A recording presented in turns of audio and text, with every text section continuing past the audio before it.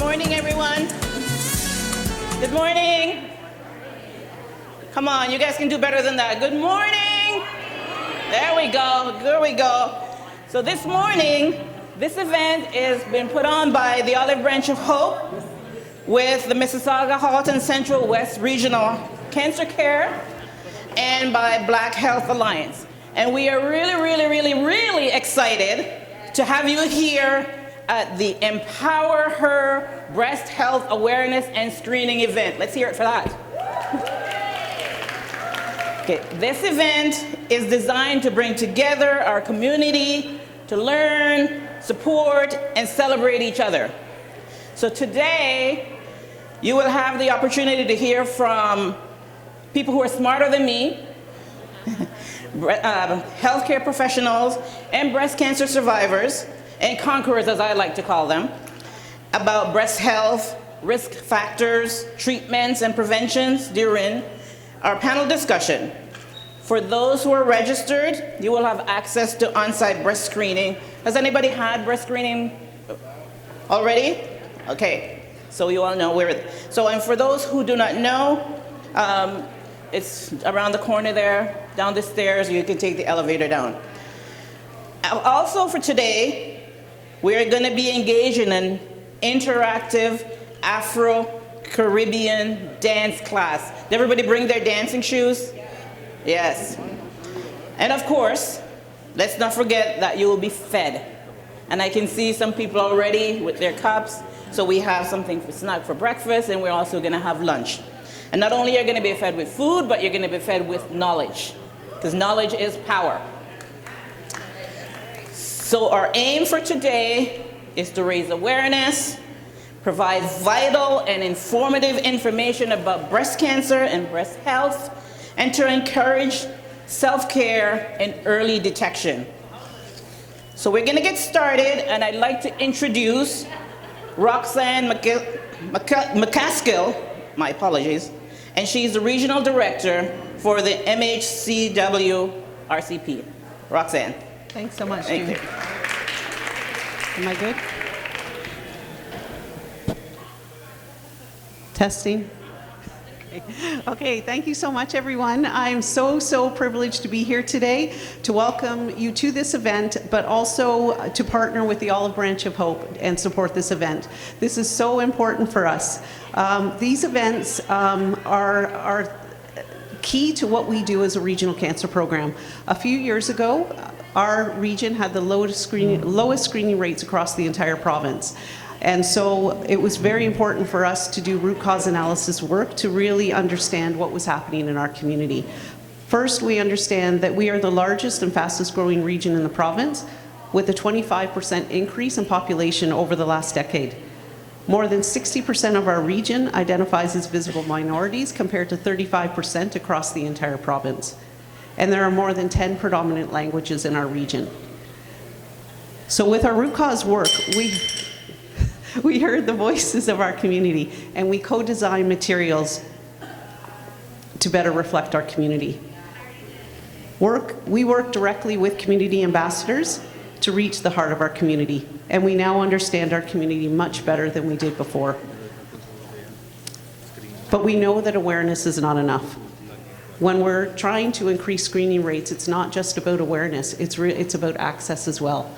So while we reach our community, we worked with our community ambassadors to really get at the heart of the community and understand the barriers to access. The next step was really trying to increase that access. And today is an example of one of those events. And so being able to do these type of events where we open up screening spots, making it available to our community at a time that is convenient for our community to do, it's very crucial to increasing those rates. We also created toolkits. Toolkits that actually resonated with the community. When we first started going to wellness events, our materials were very generic. And one of the first things we heard from our community was that the materials did not reflect our community. And so we listened to those voices and we changed our toolkits so it now reflects. You'll see some of these toolkits over at the table there with Tamara. Tamara will wave, showing some of the materials. The materials give a lot of great information about breast cancer screening and the importance of breast cancer screening, and much information about how to access. So please visit the booths all around. There's such incredibly valuable information here today. So with that, I am going to hand over to, there's one more thing I wanted to say. In addition to the work that we're doing as a region, the province has also increased the breast cancer screening rate to include women ages 40 to 49. I think I see nods, so I think many people are aware of that.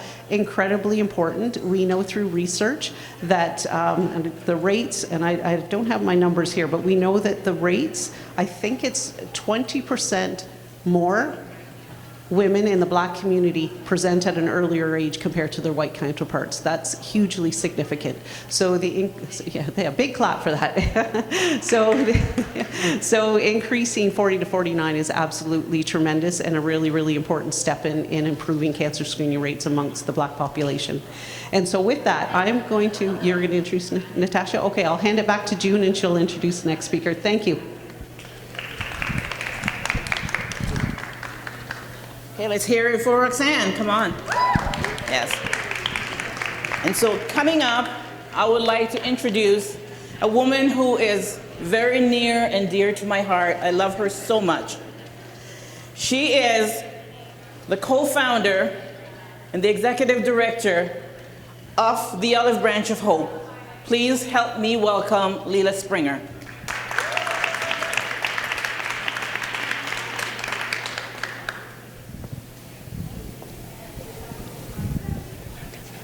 Did you take a London map?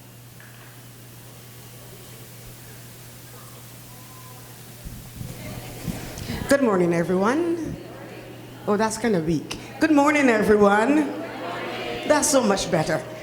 So lovely to see all of you here today. And I thank you all for coming. I was just thrilled. I was just telling my friend over here, was it you? No, it wasn't you. It was Roxanne. I was saying to her, I was so thrilled when I looked and saw that we were all sold out for this event. We knew our space was limited, but we did it anyways. And I'm so thankful for that, and thankful for all of you that went online and registered. My name is Leila Nichols Springer. I'm the co-founder and president of the Olive Branch of Hope. For over 2 decades, we have been committed to serving our community. And while we are proud of the work that we have done, we recognize that there's still much work to be done. We are an organization dedicated to supporting primarily Black women diagnosed with breast cancer. And I say primarily because I don't want anyone to think if you don't see yourself as part of the Black population that we will overlook you. We will not overlook anybody. We know that everybody, anybody at all that's been diagnosed with breast cancer will reach out because we all need help. We provide vital information to help them understand the many changes happening in their bodies as a result of this diagnosis. Black women with breast cancer experience relatively poor outcomes compared to white and Asian women. There are many potential contributors to this disparity, including social factors, access to care, treatment delay, and biological factors. To date, most studies on Black women with breast cancer have been conducted in the United States, which has a different healthcare system than Canada. In Canada, a comprehensive survey of the relevant factors, their frequency and impact has not been conducted. In 2022, an estimated 28,600 Canadian women were diagnosed with breast cancer. Breast cancer accounts for approximately 14% of all cancer deaths in Canadian women in Canada. Of the population identified as Black, there were approximately 1.2 million people. Based on this, we estimate that there are about 1,000 incident cases of breast cancer in the Canadian Black community. Annually, that is. The Canadian Black population is diverse and is distinct from that of the US. The majority of Black Canadians were born outside of Canada. So, these partnership sessions that we organize with the various hospitals are designed to not only educate and create an opportunity for you to participate in breast cancer screening, but it is also our attempt as an organization to bring the hospital closer to the community that they serve. Our hope is to reduce and hopefully eliminate the number of disparities that presently exist and close the gap between patient and healthcare providers. We also collaborate with medical professionals, researchers, scientists. We partner with other community organizations, as you can see when you look around at the many booths that are here. Anyone who can or is willing to work with us to get the message of hope to those who need it and hear it, we will work with them. We work with those best equipped to answer the questions that may feel overwhelming and that we are not equipped to answer. We bring the gap between patients and healthcare providers, bridge the gap, ensuring that medical jargon does not become a barrier to understanding and decision making. At the Olive Branch of Hope, we use 4 words to help us describe what we do. And hopefully those 4 words, we will see it played out here today. We want you to see me. We want you to hear me, us. We want you to feel, and we also want you to care for us deeply. We believe that if you walk into a room and you don't really see us, you can't really help us. When we walk through, as opposed to what we look like, we want you to hear our stories and take the time to listen to us and not be too quick to shuffle us back out the door as soon as we get in. We want you to feel what we feel and understand that we have emotions and that those emotions are often what drives the way we respond to care. And when you have looked at the see me, the hear me, and the feel me as a healthcare provider, it is only then that you can give us super care and that which we need. I personally was diagnosed at age 48. I know that what it is to fight the battle, sometimes wondering if I will ever see the light through the darkness that I was experiencing. And today I stand before you, filled with a burning passion to make a difference, whether in Canada or otherwise. To be a voice for those who may feel heard, who may not feel heard, and to ignite a spark of hope in the hearts of every woman that we serve, not only in Canada where we began, but all over the Caribbean and the world. The Olive Branch of Hope is more than an organization. We think of it as a family. I'm going to have to rethink that one because I said that earlier and somebody said to me, not the kind of family I want to be a part of. So I have to rethink that kind of statement. But we want to be a source of strength, support, and empowerment to each other. So let's work together, and not just as individuals, but as a united force to break down barriers, to educate, and to uplift one another. Together we can create a world where hope flourishes and no one fights alone. And we can do that so much better when we join together.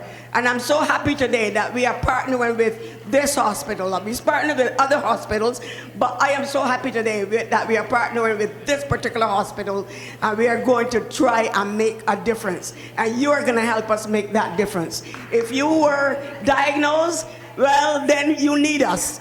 If you were not diagnosed, we need you even more because you have the strength that we don't have. And I believe that when we lock our strengths together, that we can do wonderful and great things. So thank you all for being here today. Thank you, Leela. Now do you see why I love her? Yes, so passionate. So we're going to get this day started But before we do, I just want to ground us. We're going to ground this land that we're on.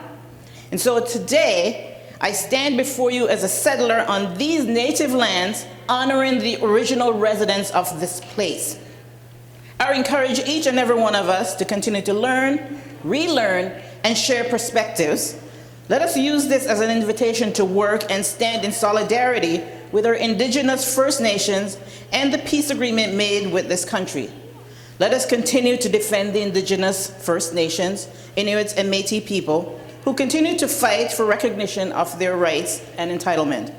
I affirm to do the work in my thoughts and in my actions and to understand the many nations that came before us. I am honored to be on these lands. This is my commitment to learning the truth, telling the truth, and sharing the truth. So I will now read the Indigenous Land Acknowledgement. We would like to begin by acknowledging the land on which we gather and which the region of Peel operates is part of the treaty lands and territories of the Mississaugas of the Credit. For thousands of years, Indigenous peoples inhabited and cared for this land and continue to do so today. In particular, we acknowledge the territories of the Anishinaabeg, Huron-Wendat, Haudenosaunee, and Ojibwa Chippewa peoples, the land that is home to the Métis, and most recently, the territories of the Mississaugas of the Credit First Nation, who are direct descendant of the Mississaugas of the Credit. We are grateful to have the opportunity to work on this land, and by doing so, giving our respect to its first inhabitants. As a municipality, the City of Mississauga is actively working towards reconciliation by confronting our past and our present, providing space for Indigenous people within their territories to recognize and uphold their treaty rights and to support Indigenous peoples. We formally recognize the Anishinaabe origin of our name and continue to make Mississauga a safe space for all Indigenous peoples. And so, for the African Ancestral, Black history is not just about the past. It's about the future, our future. When you learn of Black history, learn everything. Not just Canadian or American, but everything. I stand on the shoulders of my ancestors, and it is through their pain, the pain they endured, that we find our purpose. Our ancestors held on to the hope of what is to come. We just got through Black History, February, which was Black History Month, and explored the many challenges people of color have endured. So let us vow today to support change, to dismantle anti-Black racism, and for a better future for people of African descent. And now, the African Ancestral Acknowledgement. Ontario is also home to many other diverse communities, settlers, immigrants, newcomers, those who have been displaced, whether from their traditional territories or from their home countries, and the descendants of those who were forcibly brought to this country, particularly as a result of the transatlantic slave trade and slavery. Therefore, we honor and pay tribute to the ancestors of African origin and descent. We are committed to continually act in support of and in solidarity with Black communities seeking freedom and reparative justice in light of the history and ongoing legacy of slavery that continues to impact Black communities in Canada. At this time, I am going to call on, who am I calling on?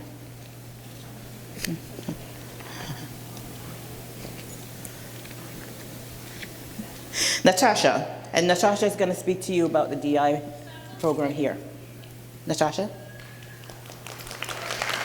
I lost my paper. Thank you. Good morning, everyone. I am so honored to be here talking with you all at this EmpowerHer breast cancer screening event. My name is Natasha Batcher. I'm the clinical manager of ultrasound and mammography here at Trillium. I'm excited to share with you some insights into our diagnostic imaging services that we provide here at Trillium. At Trillium, our diagnostic imaging, or DI department, is integral to patient care. We support every medical department within these walls. Our team is comprised of skilled physicians, technologists, nurses, and support staff, all of whom are dedicated to high-quality patient care to serve our community. Our comprehensive range of services include angiography or interventional radiology, bone mineral density, CT, nuclear medicine, X-ray, MRI, vascular ultrasound, and the one most of you all know, mammography. Our commitment to innovation is exemplified by the recent $10 million donation from the Cater family, who will expand our DRI services by 66% in the future Peter Gilligan Mississauga Hospital. This expansion aims to reduce wait times and enhance patient care through increased imaging capacity and the integration of cutting-edge technology. Now that you've had a brief overview of our diagnostic imaging services as a whole, we'll delve a little deeper into what we're really talking about today, which is breast cancer. So regular breast cancer screening can find cancers earlier, which means that the chance of dying may be lower, and fewer and less invasive treatments may be required. At Trillium Health Partners, we offer a comprehensive suite of services for breast imaging.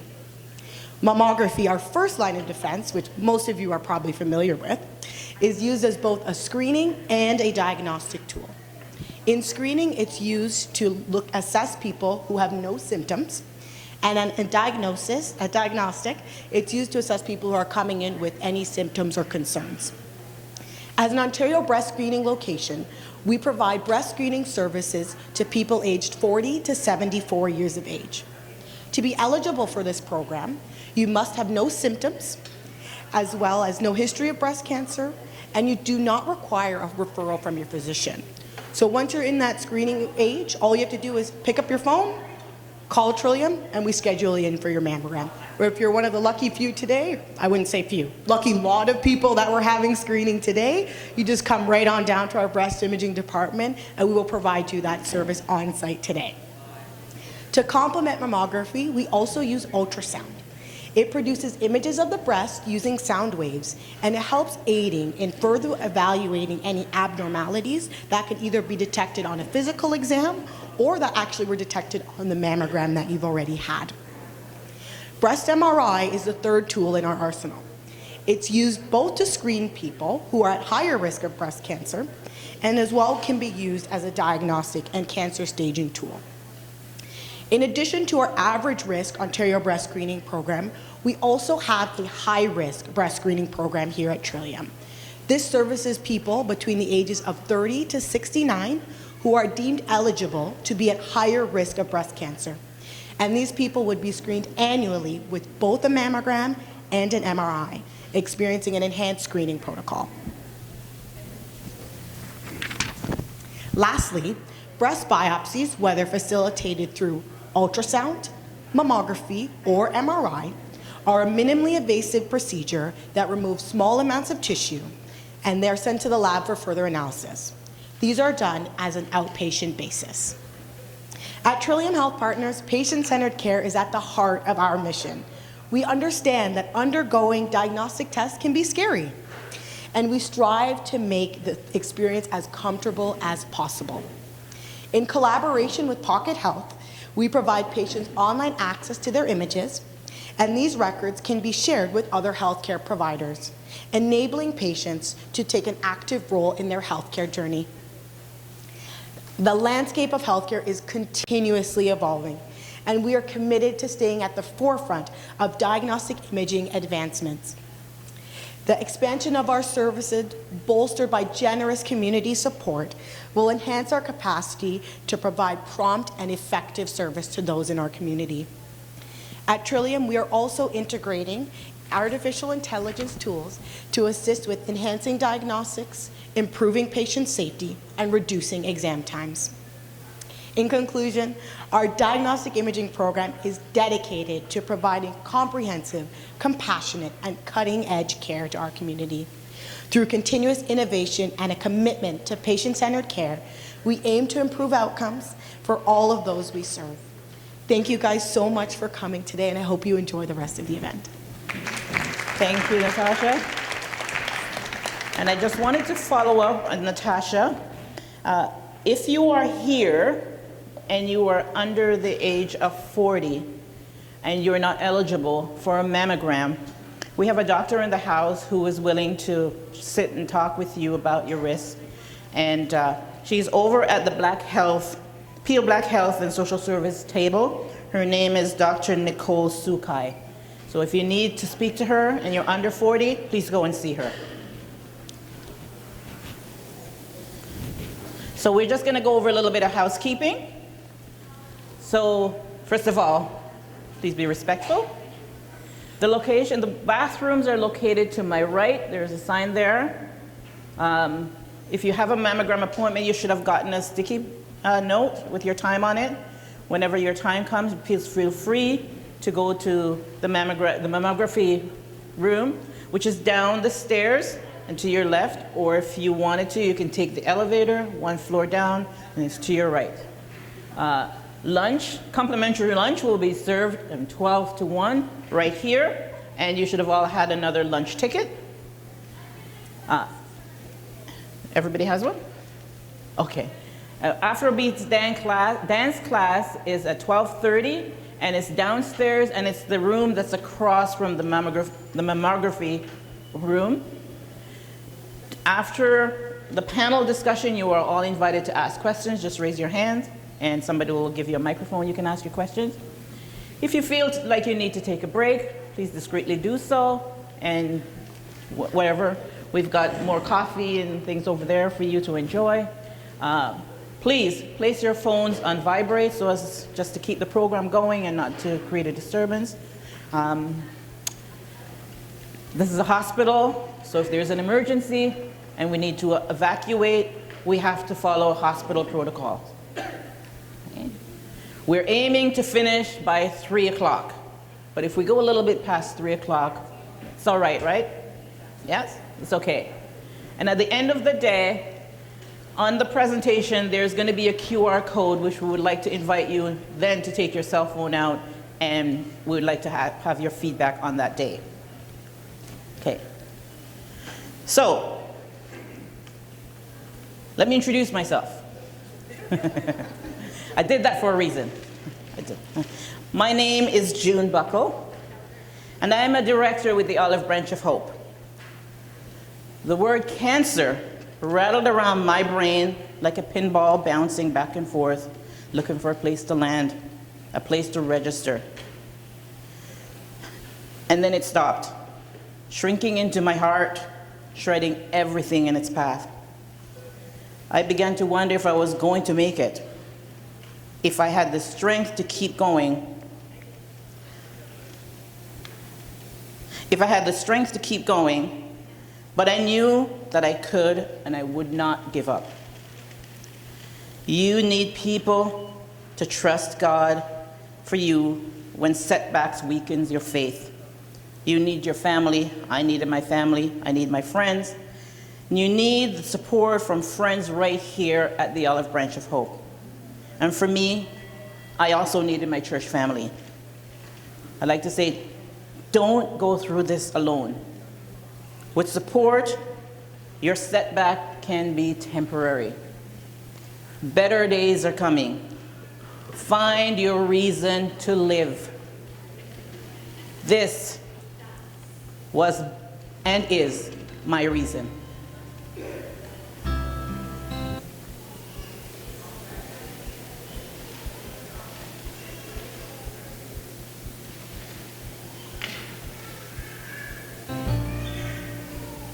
My beautiful Peach, as I write this letter, I remember when my heart was an empty space and wanting you was like wanting air. I prayed for you. My dream became a reality the day I met you. You came and my life was never the same. Thank you for capturing my heart and holding it for ransom. 12 years of happiness with just the two of us was shattered by an undesirable intruder. An unwelcome cancer had intruded in my body. This was the battle for my life. We held on to faith and hope that we would have many wonderful years together. There are no gold medals for worrying, so instead I placed my hope and trust in tomorrow. I always tried to be strong for you because I wanted you to know that together we can conquer anything. When we had to call the ambulance to rush me to the hospital, you wouldn't let me leave the house without my Bible. Thank you for remembering our faith. When they wanted to keep me overnight and said you could go back home, you told them, I brought her here and I'm not leaving without her. Thank you for your tenacity. When all my hair fell out, you put your head on top of mine to give me your hair. Thank you for protecting my crown. When we had visitors, you made sure my wig was on just right. Thank you for making me look amazing. When you thought you could take care of me all on your own, thank you for thinking you were grown. When treatment dried out my skin, thank you for being my caretaker. When everything tasted horrible and you made me tea, or rather sugar with tea, thank you for being my barista. When I celebrated my last radiation treatment, thank you for being my videographer. When the best day came with the announcement we had all prayed for, thank you for being my loudest cheerleader. When my hair started growing in, you smiled. Thank you for telling me I look beautiful. Peach, I exist to see you thrive and for allowing me to be caught up in your gravitational pull. Thank you for being the center of my universe. My test is my testimony, and I thank you for being my reason. Love, Mom.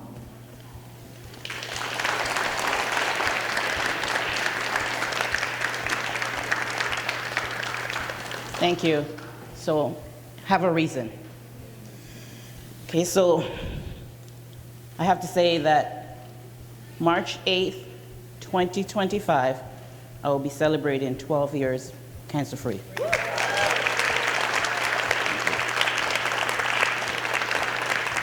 Okay, so let's make this a fun, informative, and supportive day, and let's make a real impact on the fight against breast cancer. Right now, I'd like to introduce Beverly O'Shea. There she is. Would you like a chair up here?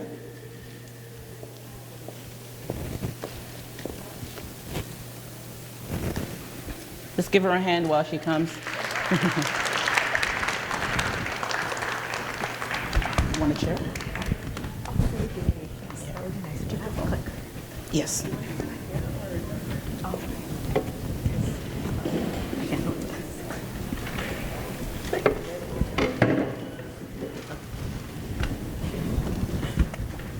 All right, everyone.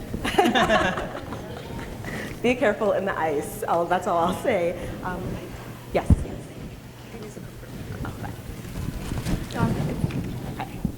So, hi everyone, my name is Beverly. I'm a fourth-year medical student at the University of Toronto. I want to thank you all for coming to this event today. It's always so, I'm always so grateful to be a part of this community and be a part of events like this that show how important it is to have these tailored, these targeted events for our community that really show how meaningful it is to specifically target the Black community here in the Peel region. So I'm going to talk a little bit about the incidence rates and I'm going to go into some statistics about breast cancer among Black communities. And the meaning of all this, like why I'm throwing all these numbers, is to show why it is important, especially for Black women, to have events like this. So overall, in comparison to white women, although Black women are less likely to be diagnosed with breast cancer, there is a 40% higher mortality rate. So Black women are 40%, and this is across in the, you see this in the US, you see this in the UK, and we continue to need statistics in Canada as well, but you also see similar statistics. Black women are more likely to die from breast cancer. Non-white women tend to be diagnosed with breast cancer at younger ages compared to white women. So that's looking at ages 52 to age 60 compared to 63. And that's why this push for screening at younger ages is so important. Black, Filipina, South Asian, and First Nations women are less likely to be diagnosed at earlier stages of breast cancer. So that's stage 1 compared to white women. And also for Black women, the rates of triple-negative breast cancer, which is known as the most aggressive subtype of breast cancer, is double the incidence rate that's observed within white women. And across all breast cancer subtypes and across all stages of diagnoses, Black women have the lowest 5-year survival rates. So this means that 5 years following the time that someone is initially diagnosed with breast cancer, you see that 78% of Black women are living compared to 88% of white women. And as I talk about these numbers, it's important to think about why this is. This is multifactorial.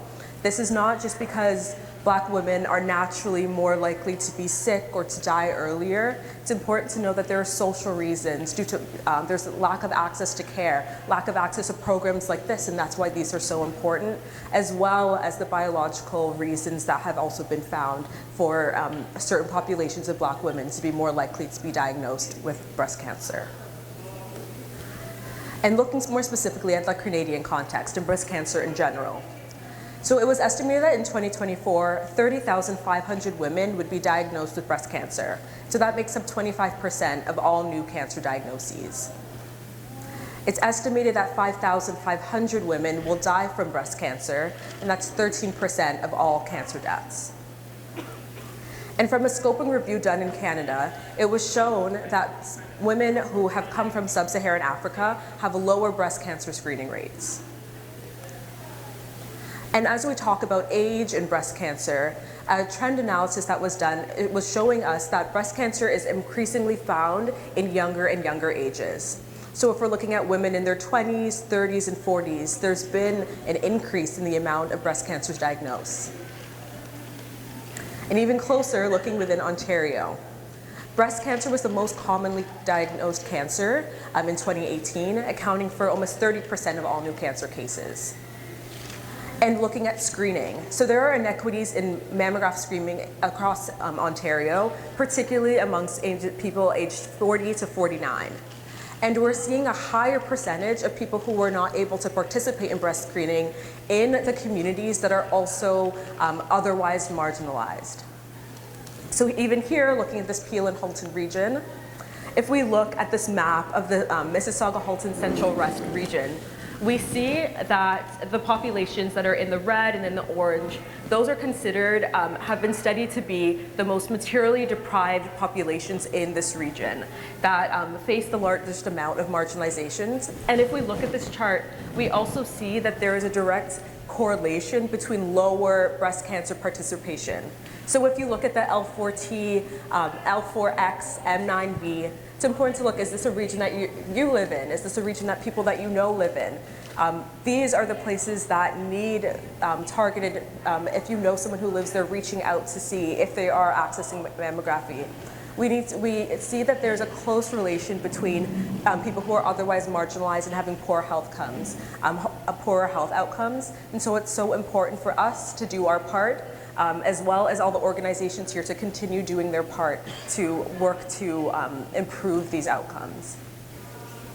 So as I said, as a call to action, all of us today, I thank you all for coming, all the organizations that were part of this. It's important for us to work together, link together, stay in community to raise our voices to improve breast cancer for Black women. Thank you.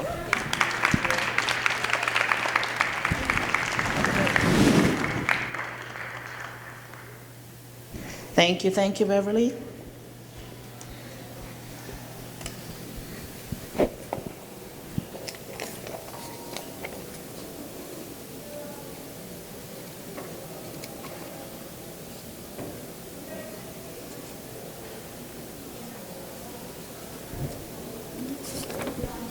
So at this time, we're going to have our panel discussion.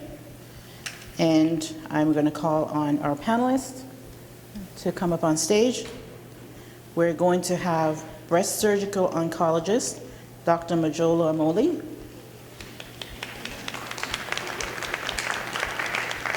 We have radiologist, Dr. Tina Madzima Olifat. We have scientist, Dr. Natoya Peart. Let me help you up. I'm about to kill myself. Thank you. Thank you. We have breast cancer survivor, conqueror, thriver, Charlene Newland Tyson.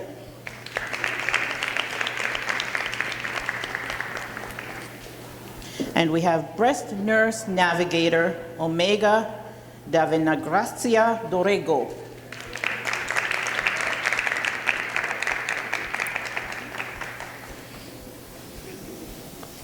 Where's the clicker?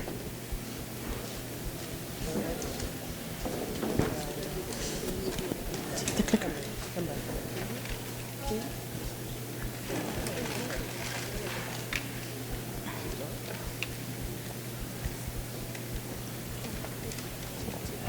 Sorry. Thank you. Okay, so I'm just going to give each panelist just a few minutes just to introduce themselves. And we could just start from right to left. Hi, good afternoon. It's a pleasure to be here today to talk about breast cancer, which is very important to me. I'm Dr. Natoya Peart. I'm an assistant professor of biology at the University of Waterloo, and I myself am also a breast cancer survivor.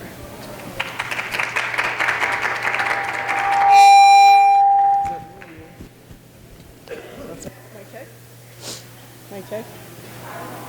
Can you hear me? Hey, mic check. Is it? Mine's working. Mic check. Yours is. Come. Here. Yeah? I can go. Okay, you can hear me now. Perfect. So I'm Dr. Tina Madzima Olifant. I'm a radiologist, and so I spend my days looking at imaging, including mammograms. I'm very happy to be here. It feels full circle for me. I went to the University of Toronto, Mississauga, just nearby, and I did my research here in this building, and it feels so good to be back and just reflect on that journey. And so I'm happy to be here talking about something I'm very passionate about, which is breast imaging, and hopefully we can share more, and I can help clarify some things around screening.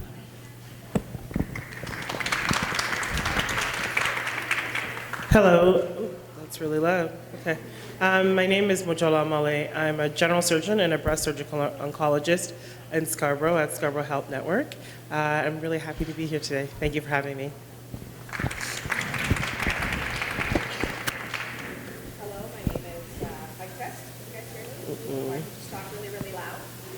Mike Test, 1, 2. Oh, maybe my mic's not on. Hello, hello. Much better, much better. First off, I just want to say it's such a pleasure to be here, and thank you, Olive Branch, for allowing me this platform to talk about my journey, and look out here and see all of these beautiful faces here to support not only me, but women that are, going to come after me and going through the same journey, and, sitting up here with these lovely healthcare professionals. Again, my name is Charlene Newland Tyson. I'm a breast cancer survivor. I'm also an advocate. I work with Olive Branch and Breast Cancer Canada as well. And yeah, just such an honor to be here in this venue with all of you. Thanks.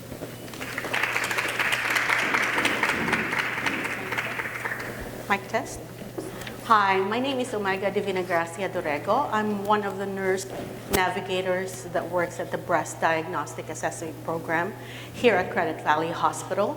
I work alongside with another nurse at the Credit Valley site, and we also have counterpart on our Queensway site. So our team is comprised of 3 nurses and 7 surgeons altogether in our breast diagnostic assessment program. So our goal in our clinic is to facilitate an expedited, fast connection with patients who are suspicious of breast cancer to one of our surgeons for a consultation, and that we could come up with either clear them from breast cancer or get them to a diagnosis of breast cancer and start planning on their care. So I'm very proud to be part of the team and to be able to journey along with breast cancer patients and help allay their anxieties as they journey towards their treatment and hopefully recover from the diagnosis. So happy to be here.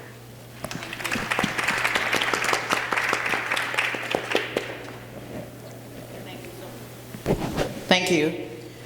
So we are going to be unveiling the basics. What should I know about breast cancer? So we're going to have Dr. Natoya Peart speak about what is breast cancer. So we'll start with a little bit of anatomy about what are breasts. And so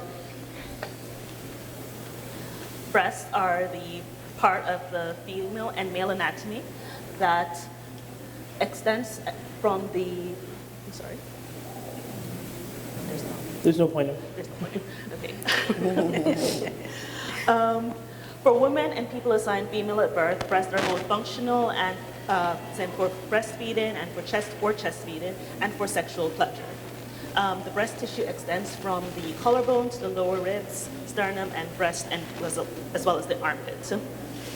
So breast development typically begins around the age of 10 to 11 years, and this is when we're about to start entering puberty. And then the ovaries start to produce estrogens, and these help to build fat in the area so that we can start to develop our breasts. This causes the breast to enlarge, and then the duct system starts to grow. So this is an image of the anatomy of the breast, showing the various tissues and features of the breast. And so the first things that are developed when we are starting to go through puberty are the lobules. And then within the lobules, we have roughly 15 to 24 lobes. And these mammary glands are influenced by hormones that are activated at puberty. So what is breast cancer? So breast cancer, it's when the cells within the breast start to grow out of control. So it's the normal growth of the cells. And most breast cancers begin in either the ducts or the lobules. And the breast cancer can then spread from the breast tissue into other areas. And when it spreads to other areas, it's called metastasis. And so what are the ducts or the lobules? So I mentioned earlier that the lobules are one of the first glands to develop. So the lobules are the milk-producing glands of the breast, and so you can have cancer originate there. But then you also have the ducts, which are the tubes that carry the milk to the nipple. And so you can also have cancer originating there. And in the studies that they've shown, ductal carcinoma, which is formation of cancer within the ducts, tends to be the most common form of cancer that's diagnosed. And earlier, our medical student, a future Dr. Osei, pointed out that cancers can originate at various stages. So whenever you have cancers that's within the ducts or within the lobules and it's just confined to that area and it is not spreading, it's called in situ. So it's not spread yet, it's just completely confined. When you have it breaking away from that confinement and starting to spread further into the breast tissue, that's when you start to have invasive breast cancer, and it then becomes either stage 1 or stage 2, depending on the size. And then when you start to spread outside of the breast tissue into your lymph nodes and other areas of the body, that's when it becomes a higher stage. Thank you. Thank you so much. So my question to Charlene is, could you please share your story with your experience with breast cancer, your early symptoms that you noticed, and just let us know what you've been through. Of course. Story's long, June. Make it short. It's long. I'll make it short. I'll make it short. So I was 35 years old, wife, mother of 2. I had just gone through one of the most difficult times in my life, postpartum, and I just got on the other side of it. You know, things were great, new house, new job. And I remember I was in the mirror one day and I was putting on deodorant and I kept going over a lump. in my, under my right arm. And I'm like, it's nothing. And I just began to feel around. Again, I wasn't doing regular breast examinations or tests. And again, growing up, there's a thing amongst us black women, we learn from our mothers, we don't talk about these things, right? We don't talk about our health, we don't talk about relationships, there's lots of things we don't talk about. So I wasn't accustomed to testing and going in the shower every day. So I felt the lump in my breast. Again, didn't think it was nothing. Black women, we tend to have dense breasts, right? So went to my doctor and he's like, yeah, Charlene, you know what? We're just gonna send you for a mammogram. 35, thank God my doctor is very proactive.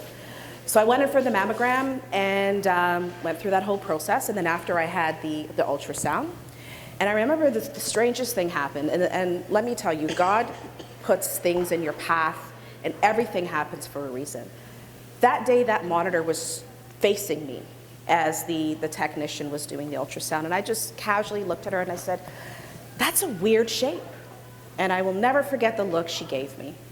In that moment, I knew something was wrong, right? They're supposed to have a poker face. If they see something that's not right, they're supposed to be like, talk to your doctor, wait for the test to come back. But in that moment, I knew there was something wrong. And she turned to me and she said, I'm gonna have the radiologist come and speak to you. Again, out of sight, out of mind, not thinking anything. So I go, I'm putting my clothes on, and the radiologist comes up to me and she says, Ms. Tyson, I've been doing this a long time, and I'm gonna be surprised if that lump I see is not cancer. In that moment, I heard nothing. You ever seen those movies sometimes where the character gets some bad news and everything around them sounds like muffled? That's what happened in that moment. I heard nothing. I called my doctor right away. I have a great relationship with him, and I spoke to the receptionist and I said, I don't care who he's in with right now, I'm coming. I need some answers. So I went in, sat down, and I remember he opened the door and he looked at me and he looked visibly upset. That took me back. So I went into his office and he said, you know what, Charlene, I've known you a long time. I've also worked with this radiologist for a very long time. And I'm gonna be surprised if that lump is not cancer.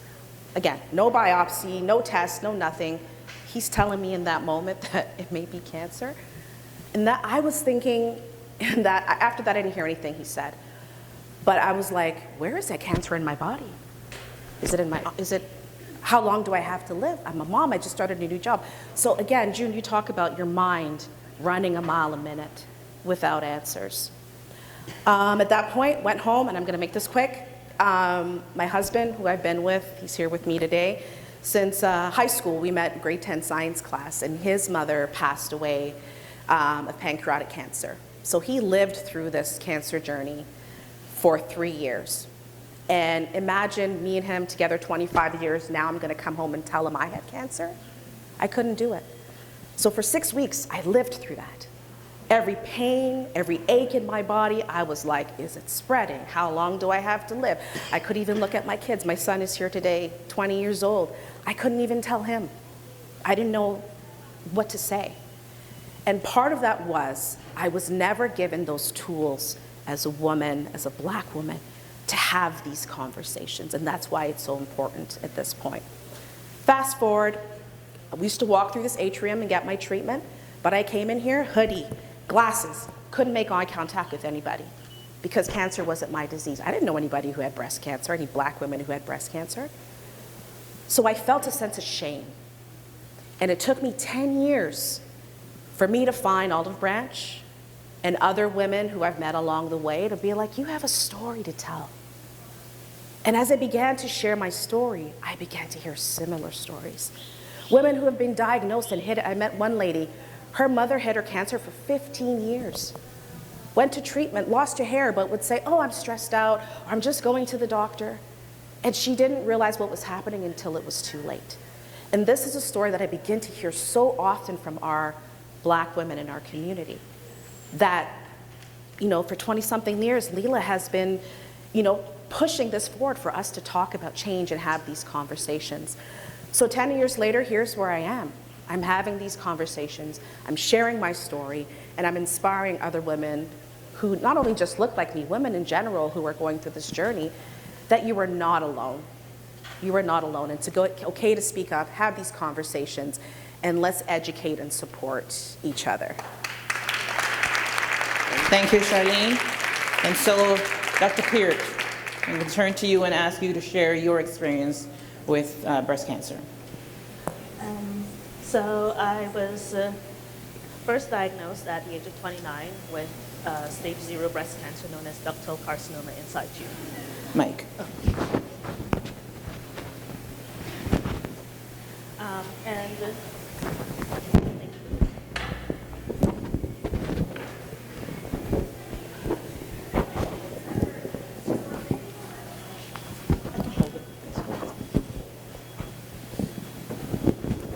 And when I was first diagnosed, it was a bit of a surprise.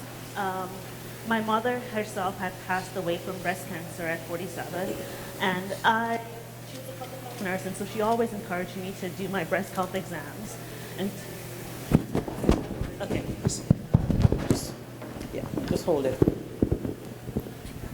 thank you. And so she always encouraged me to do my breast self exams, and so I'd been doing that. I'd had ultrasounds in the past because I had some discomfort, but nothing. I didn't have any lumps or anything, and it was actually my significant other, my boyfriend then, now my husband, who pointed out that the fact that I was having discharge regularly was weird. I didn't have any lumps or anything, just discharge. And I went to my primary care provider. I was in the US at the time, and I was young, so they're like, okay, is it your prolactin levels? That's the hormone that causes increase in milk production, so is it that's what causing this discharge? We did those tests. They sent me for an ultrasound. Because I was under the age for screening in the US, they wouldn't allow me to do a mammogram. But I kept having discharge for several months, and so eventually my primary care provider, she pushed until they were able to get me an MRI and an MRI guided biopsy. And I remember when I went in for that biopsy, the radiologist at the time said to me, I don't know why they're sending you here. This is sort of a waste of your time. And then I went in anyway. I remember coming to her and I was like, I've been having symptoms. I've been having discharge. But everyone pretty much thought it was a waste of time. And even me, to an extent, I was thinking, I don't have any lumps, just this discharge, so it's probably nothing. Anyway, did the biopsy, and then it came back. It was ductal carcinoma in situ, which was surprising. And I decided at that time to do a bilateral mastectomy because I thought this was going to be the most aggressive way of dealing with it, and I didn't want to have to deal with a higher risk of recurrence or additional treatments. And usually for ductal carcinoma in situ, mastectomy is sufficient for treatment, or lumpectomy plus radiation is sufficient for treatment. I went through my treatment, went through reconstruction. Fast forward to 6 years later, I'm now in Canada, new immigrant to Canada, and my husband notices a lump on my chest wall. We went to a breast surgeon. Actually, we went to a walk-in clinic because we didn't have a primary care provider at the time, and they sent me for an ultrasound and then referred me to a breast surgeon. They were saying maybe it's a fibroadenoma or maybe it's fat necrosis. So we can cut. And so we said, okay, maybe it's just benign. Then I developed another lump, and then another lump. And I started to get really worried. And when I developed the third lump, that's when they sent me for another biopsy. And it came back again, breast cancer. And so this time it was even scarier for me because I thought I did all the right steps initially. Did a mastectomy, was over 5 years post my first go around with this. And now I have to deal with this again. I was scared, especially with the fact that I had 3 lumps that formed in a very short amount of time. Did this spread? Was I going to have to go through really intense treatment, including chemo and radiation, which really scared me a lot. I told my family, I told my parents. I remember they were also surprised because they were just like, but you did a mastectomy. And I was like, yes, but it came back. And then we went through surgery, and that was very nerve-wracking for me because because of the fact that I had a multifocal recurrence and they had to take out the implants and everything. It took a very long time for my pathology to come back. And during that time, I was very stressed, very worried, wondering if it had spread to my lymph nodes. Is this why it was taken? My dad was pretty positive that it's taken this long time because it hasn't spread, and they're just making sure that it hasn't spread. And then I got back the results, and it was 3 different subtypes of tumors that were present. And so being a scientist, I started to do the research on, okay, what does it mean that I have these 3 different subtypes? What are the most likely treatment methods that the doctors are going to use to treat me? I knew I was going to likely do radiation. My surgeon confirmed that because it was a recurrence. The pathologies or the subtypes that I had suggested radiation would be best, but would I also do chemo? And that was my biggest fear. Eventually, I got referred to the cancer center in Waterloo, where it was decided that, okay, I wouldn't benefit over much from chemo, but I would go through radiation. And I'm about 2-3 weeks now outside of radiation. I think my last treatment was 3 weeks ago, yes. And now I'm continuing on my journey, and I'm going in faith that this time, as my radiation oncologist said, I hope we never have to see you again. Thank you so much. So as you can hear from these 2 ladies, all our journeys are quite different, or cancers are different. I actually felt my lump when I was in the shower. So I just want to implore ladies, please do your self-breast examination monthly. And how many of you know that men get breast cancer? There we go. So they need to check. They can't get a mammogram, but they can check. Okay. Okay, so we're going to move on. I'm going to ask Omega, what are some common signs and symptoms and less subtle or lesser known symptoms of breast cancer that women should be aware of? Hi. So before we go on with the symptoms of breast cancer, let's identify what is normal of the breast first. So as you know, the breasts are sisters, right?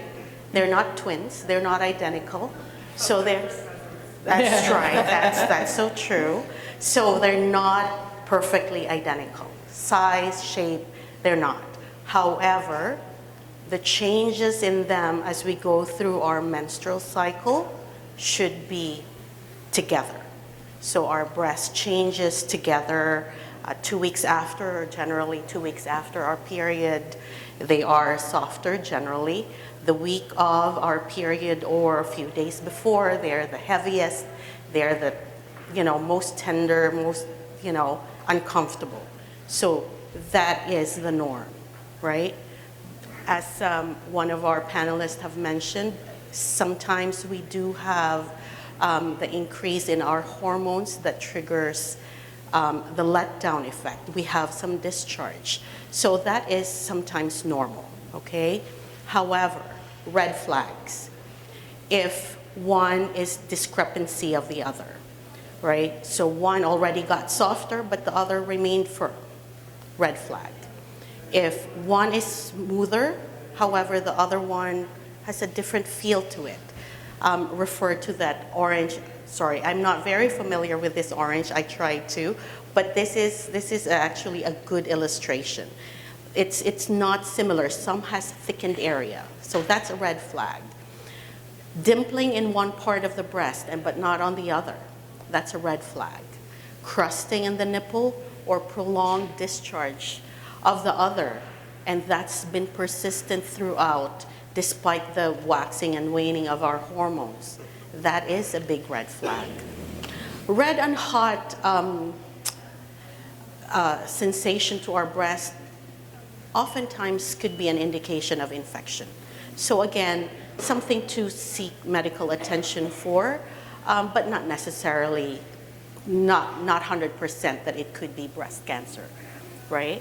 However, there are some cases that we do have inflammatory breast cancer, so that's why we need to sort those things out. Soreness. Once we see soreness on the breast, we need to address that. Sometimes it's just a little bit of, blister, or bra is not well-fitting, it's irritating, that could cause that. But despite changing all these, changing your bra and it still persists, definitely seek attention, all right? They've mentioned dense breast. Yes, some breast feels more dense, meaning you have more lumpy breast than the others. That's your baseline. Get to know your baseline. And yes, breast self-exam is very, very important, especially have it done when your breast is at the softest, because that's when you could feel most of the abnormalities on the breast. Don't forget the lymph node as well, on your armpit. That's very, very important, okay? And yes, in my short term in the breast clinic, I'm only there for 3 years, I have seen 3 male patients with breast cancer. They've undergone mastectomy or lumpectomy, and they've undergone radiation or chemotherapy treatment as well. So yes, it's not exclusive to women. As long as you have breast, you're at risk for breast cancer. What I found most subtle among Black population is that discoloration is not very prominent because of our skin color. I've encountered a few Black patients who've already had, and as per statistics has indicated, by the time they came to us, it's already outright, very obvious breast cancer that, we could only support them to get them comfortable, get them, better treatment, as opposed to get them cured. So our goal really is for cure, and that's why we're always emphasizing early detection by mammography, breast self-exam, and just be very familiar of the changes in your body. Thank you. Thank you. So we're going to be moving on to diagnosis and screening. And Dr. Tina will be speaking to us about how do we get screened for breast cancer? Can a patient choose between screening by ultrasound instead? And what screening methods how are they different when you have dense breasts? So I'm going to turn it over to Dr. Tina, and she will speak on that. Thank you. Thank you. I hope you can hear me. Yeah. So if you'd indulge me for a few minutes, I'd like to bring you into the world of radiology, and the impact of my Black background is not quite felt in the atrium because it's so bright, but radiologists, we spend most of our days in very dimly lit rooms looking at Black screens, and just as the word screening is popping out on that Black background, is primarily our job in mammography is to try and find that contrast between the cancer and the background breast tissue. So in terms of screening, as of October 2024, as it's been emphasized multiple times this morning, screening has now decreased, and we start at age 40 until 74. You can continue past 74, but it just won't be part of the OBSP program. Now, mammograms have been around for a long time. And I want to make it very clear that there is the distinction between screening and diagnosis. When you're in a diagnostic pathway, all guns come out. So it's not, we use whatever tools we know are best to make that final diagnosis, to evaluate whatever finding you have until we know what's going on. Screening is for the average woman who has no symptoms at all and is just going about her life. And if you knew that there was 100,000 or a million women out in the world and you knew 30% had cancer, what tool could you use as efficiently and as safely as possible to find that 30%? And that's the mammogram. Because mammogram can detect masses, it can detect architectural distortion, which is part of the changes that happen in the breast, and it can also detect calcium, which shows up very well on mammogram. Unfortunately, ultrasound cannot detect all three of those things, only some of those things. And that's why mammogram is our first line of defense. It's not perfect, and that's why when you're actually diagnostic, we can use our supplemental tests, which is mammogram and ultrasound, and in some cases, MRI. So when it comes to screening, mammogram is what we use, and we're at 2-year intervals here in Ontario and in Canada. There are some patients that come in and are at increased risk, and I want to distinguish this group from high risk, okay? When you're increased risk, it means you have a finding that's been pathology proven, so for example, a high-risk lesion such as ADH, and we don't need to go into the science of it, but if we make a finding and we detect it, and it's not necessarily cancer, but it's a cousin to cancer or a pre-cancerous lesion, we monitor you more regularly than 2 years. And so those patients come in every year.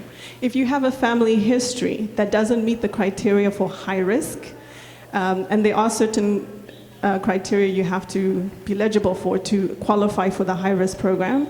But let's say you have a family member, such as your mother or your sister, so it has to be first degree, that's had breast cancer under the age of 50. We consider that a positive family history, but not quite meeting the needs of a high-risk screening. And in some cases, those patients will also be screened on an annual rather than 2-year, okay? And then there's the question of the extremely dense breast, which I'll explain. They can also get screening every year because dense breasts are considered to be inherently higher risk for breast cancer and also more difficult for us to detect breast cancer in those breasts. And I'll explain to you why. And lastly, if the radiologist recommends it, you can be asked to come in a 1-year interval rather than 2. So that's essentially the screening group. Now, breast density has become a very popular topic because of this idea of dense breasts having a higher risk and also more difficult to detect breast cancer. And essentially what density means is the ratio of fibroglandular tissue, which is what's actually dense, to fatty tissue, which is what our breasts are also made of, as was explained. So we've got fat and we've got fibroglandular tissue. The fat is dark, like the background of these slides, and the fibroglandular tissue is dense, which comes out as white, okay? And there's different ratios of that. So I like to think of density as forest of trees. And I don't know if anyone ever played Where's Waldo, but if Waldo is our cancer, and it's hiding in a forest of trees, the more trees there are, the harder it is to find Waldo. And that's essentially what breast density is. So we have 4 categories, and when you get your mammography report, you'll get an A, B, C, or D, which gives you your density. Now, under each category are 2 images. The one image is taken under mammography in a more vertically but oblique fashion, and we call that the MLO view, and the second image is taken from top to bottom as if you're compressing the breast like this, and it gives a more flat C-shaped, and that's called the CC view. So for each breast we get 2 views. So here we just have the right breast under each category with the MLO and CC view, and as you see from the right side of your screen, it's not projecting as well up here, but going towards the left to right, there is more fibroglandular tissue than there is fat. So you see more white than you see black. So the type A are much easier to see findings than the type D, which is very, very dense. And trying to find a cancer in dense breast is more challenging. So I just made the picture a bit bigger. As we mentioned, breasts come in all shapes and sizes. These are 4 different breasts that look very different. Okay, and we get to monitor your breast tissue and your density. So that's why it's important to come at regular intervals, because subtle changes can be seen over time. So I'll explain now what happens with our D group. So that dense breast. If you have a patient come in and what's been circled in black, if you can see, is a cancer, biopsy-proven cancer. But of course, we don't know that yet. You're just the radiologist in your seat, and you see that. Now imagine that in the dense breast adjacent, it would be very difficult to see that little dot of white on a background of white. So that's where tomosynthesis has come in, and tomosynthesis does help us to see or to bring out some of that. I guess what it does is it removes the overlapping tissue, because what it is essentially is it's a 3D image versus a 2D image. So essentially, the standard mammogram just takes one view, and all your tissue is compressed, and we get one image. And you have to see a 3D breast on one flat image. What tomosynthesis does is it takes images in an arc over your breast, and it presents slices and essentially turns it into a 3D image. And you can sit and scroll through those layers. And if the breast cancer is sitting in the middle of your breast, for example, on this CC view, the breast tissue in peach, and there's a red mass there, that's the cancer. If you hit that slice B, that cancer pops out more than if you're looking at it from the top and everything else is layered over it. I hope that kind of makes sense. I'm trying to just keep it a bit simple. So, for example, here's the breast tissue, and the red arrow is pointing to where a cancer is. That's a 2D mammogram, okay? And the other image on your right is a tomosynthesis slice that has scrolled down to the level where the cancer is, and it pops out, and that's what we see. As we scroll through, it just stands out more because it's removed those other layers, and you're just on that layer, okay? So essentially that's it. That's what mammography is. Now, tomosynthesis is being offered at most centers for baseline at our center and for dense breasts, okay? And so you may be told that you have dense breasts, and so we'll be giving you tomosynthesis. The exposure to radiation is very similar. It's very low. These are low-dose X-rays, and similar to the radiation you would get just from background Earth radiation over a couple of weeks is about the same amount you get from a mammogram. Thank you so much. So I just wanted to emphasize that I had dense breasts, and when I felt my lump and I went to see my doctor, she says, you have dense breasts, it's nothing, it's probably just nothing. And I thought, no, I need this to be checked further. So you have to 100% advocate for yourself. This is your body. You're the one, whether it's cancer or not, you're the one who's gonna have to live with it. So I have to emphasize, if you feel something, do something, advocate for yourself, advocacy, advocacy, advocacy. So, Dr. Peary, we're gonna just touch a bit on genetics and how does genetic play a part in the occurrence of breast cancer? So, it was mentioned earlier that sometimes you know of someone in your family who died of breast cancer or who had breast cancer, and then you yourself have breast cancer. And now the statistics show that 5 to 10% of breast cancers are hereditary. That is not to say that all breast cancers are inherited, but there is a small portion of breast cancers that are hereditary. So that means it's passed through the family line. And that is because of mutations in cancer predisposing genes that can increase the risk of developing breast cancer. So these include genes like BRCA1 or BRCA1 and BRCA2. Those are two most common, and they're considered the breast cancer genes. Now, there are other genes that can also increase your likelihood of developing cancer. So I mentioned here in certain instances, BRCA1 or BRCA2, if you have pathogenic variants, that is mutations within this gene or genes that are likely to increase your risk of developing breast cancer, it can lead to targeted interventions, so that it could lead to perhaps your primary care provider suggesting increased screening or even a prophylactic mastectomy, depending on what you would like to do. However, just because you don't have a mutation in BRCA1 or BRCA2, you might have pathogenic variants present in other cancer predisposing genes. In that case, this is where it's important to have conversations about your family history. So with the history of your family, who has cancer, what types of cancer, your doctors can then recommend various screening options or treatment options.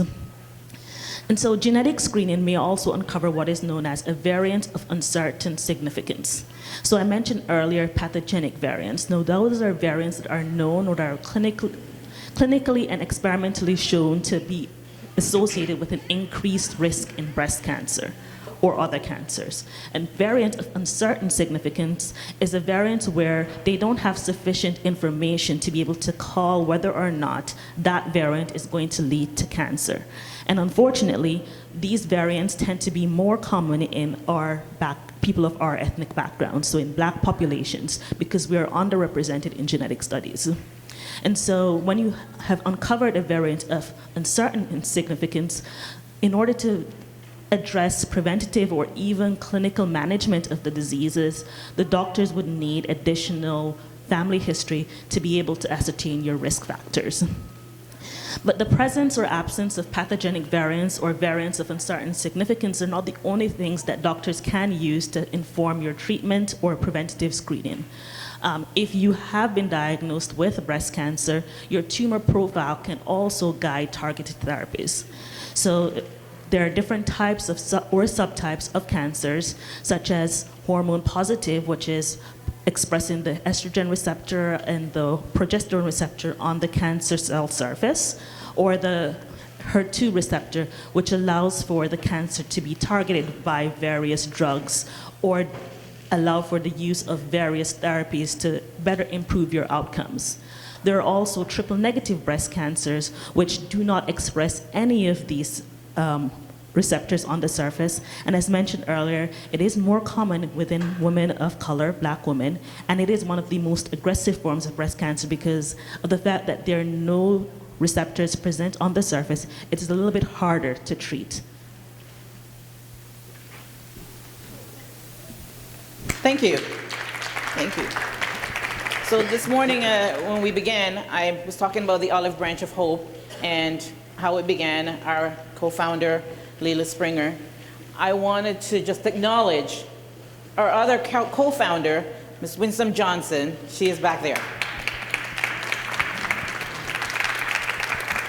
Thank you.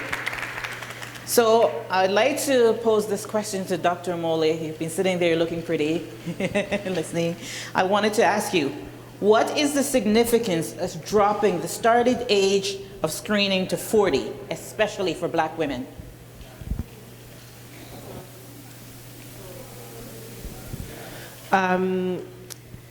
I think it's really important for us because, and you can even argue that maybe for studies, when they've looked at Black population in the United States, that we actually present closer to around 40 to 45. And so and we want to get people at stage 0 disease. And so we don't want you to have any symptoms of breast cancer. Dr. Tina Alafant talked about the calcium deposits. And so that's when a cell is dying off, it gives you the calcium deposits. Cells that are turning over fast have more calcium deposits. So you can see on the mammogram. So we want you to be at stage 0. So you could actually argue that we should be screening much earlier for Black populations, especially those who are part of the West African diaspora. So anyone who's from West Africa or who is part of the transatlantic slave trade, so those in the Caribbean and those in the United States and some in Canada are this population. I think 40 is really important in terms of being able to catch Black women, Hispanic women at an earlier age for breast cancer. But I would argue that maybe, depending on family history, which is really important, that we talk to our family, we find out, what that aunt had, what did grandma die from, just so we have a better idea, because you might actually have to be screened earlier, because we want to screen you 10 years before what the person in the family had breast cancer. So for some people, that's actually screening in their early 30s and not 40s. Thank you. So now we're gonna turn around and we're gonna talk about treatment and surgery consideration. So Omega, I want to ask you, what are the main treatment options available today, and how can patients and their families be involved in choosing the right option? So a lot of, and I have my experts here with me as well, and they could verify the information, but for our clinic, a number of our patients that had been diagnosed with cancer, there's a few pathways for them. Some of them go directly to surgery, and that is dependent on the type of cancer that they have.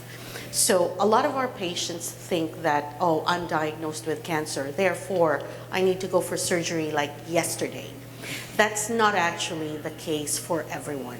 And as what we've been mentioned earlier, each patient's journey is different. So each treatment is not the same for everyone. It is specifically tailored to what kind of cancer you have, what kind of biomarkers you have. And if you are a triple negative cancer, which is common in this group of population, it's not directly straight to surgery. You will have to require neoadjuvant chemotherapy, meaning chemotherapy first before surgery. And that often takes at least about 6 months, depending on how you tolerate the treatment. Sometimes it could be longer because you have some side effect that could potentially delay your treatment, or they could give you a lesser dose to make it easier for you to tolerate the treatment. So some of our patients go straight to surgery, some straight to chemotherapy, then come back to us for a surgical consideration. And I just want to emphasize, and they could verify as well, having sent to chemotherapy is not a bad thing. It is actually making it easy for you, although chemotherapy is harsh in terms of side effects to some people, but in the long run, it's making it easy for you after surgery. So oftentimes we're trying to contain the cancer cells, making it less extensive. That way, when we actually remove it, it's not gonna be, the chance of it recurring or the chance of it spreading is lesser than us taking it straight to surgery and then just leave it up to after surgery chemotherapy. Thank you. Correct? Can I just add to that? Yes, absolutely. So I think it's important because oftentimes when people come in, they're thinking, well, if I have surgery, why do I need chemo? Why do I need radiation? All of these three arms, so I put chemo and immunotherapy together and hormonal therapy, all of them work differently in terms of treating breast cancer. And all of them, for some people, are important. So I always separate it to like, okay, what do we do locally? What do we do to the breast? So that's when we're talking about surgery and when we're talking about radiation. Surgery is to remove any cancer cell, and radiation is to kill any little cell that's left, because not always can I remove everything with just surgery. So that's the local treatment for the breast. We also talk about what do we do to the armpit. And people are like, well, why do you have to check my armpit? We know that, as I described earlier, when breast cancer is in the pre-invasive stage, it's just, I always describe it as you're just in this room. Until you can leave this room, like breaking through the door, that's when you can spread through the body. When we check your lymph nodes, which is one of the ways that breast cancer likes to spread, it's for us to know, has it spread outside of the lymph, into the lymph node? Once it's in the lymph node, that means it can go anywhere in the hospital, which is kind of the same as anywhere in your body. So that's why we do something called a sentinel lymph node biopsy. For some people, if it's already in their lymph node before surgery, then we have to remove all of their lymph nodes. We try to do that less and less because that's sometimes why we see people who have like swelling in their arms after, and also permanent numbness underneath their arm. So we're trying to do less and less of that big surgery under the armpit, but for some people it's still necessary. And then we talk about, well, what do we do to the whole body? breast cancer is a disease similar to heart disease, right? So some people have a heart attack at 40 and unfortunately they pass away. Some people have a heart attack at 50, they get a stent, have another one at 60, they get another stent, then they have a bypass, and they can keep on going. Breast cancer is a chronic disease, and so the systemic treatment, how we treat the whole body, is actually maybe the most important part of your treatment. What I do, probably in 30 years, no one will need to do it anymore, but I'll be retired, so it'll be fine. Not really. But what we do to the whole body is actually the most important part of your breast cancer treatment. Because some people are like, well, do I need chemo? Recommendation of chemo is based on the subtype of your cancer.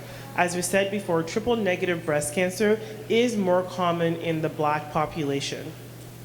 We have targeted therapy with immunotherapy with it and chemotherapy. So if your cancer is around more than 1.5 centimeters to be exact, you will get chemotherapy beforehand. And that is to make sure that this cancer does not come back. And now we have a new immunotherapy that also helps with that.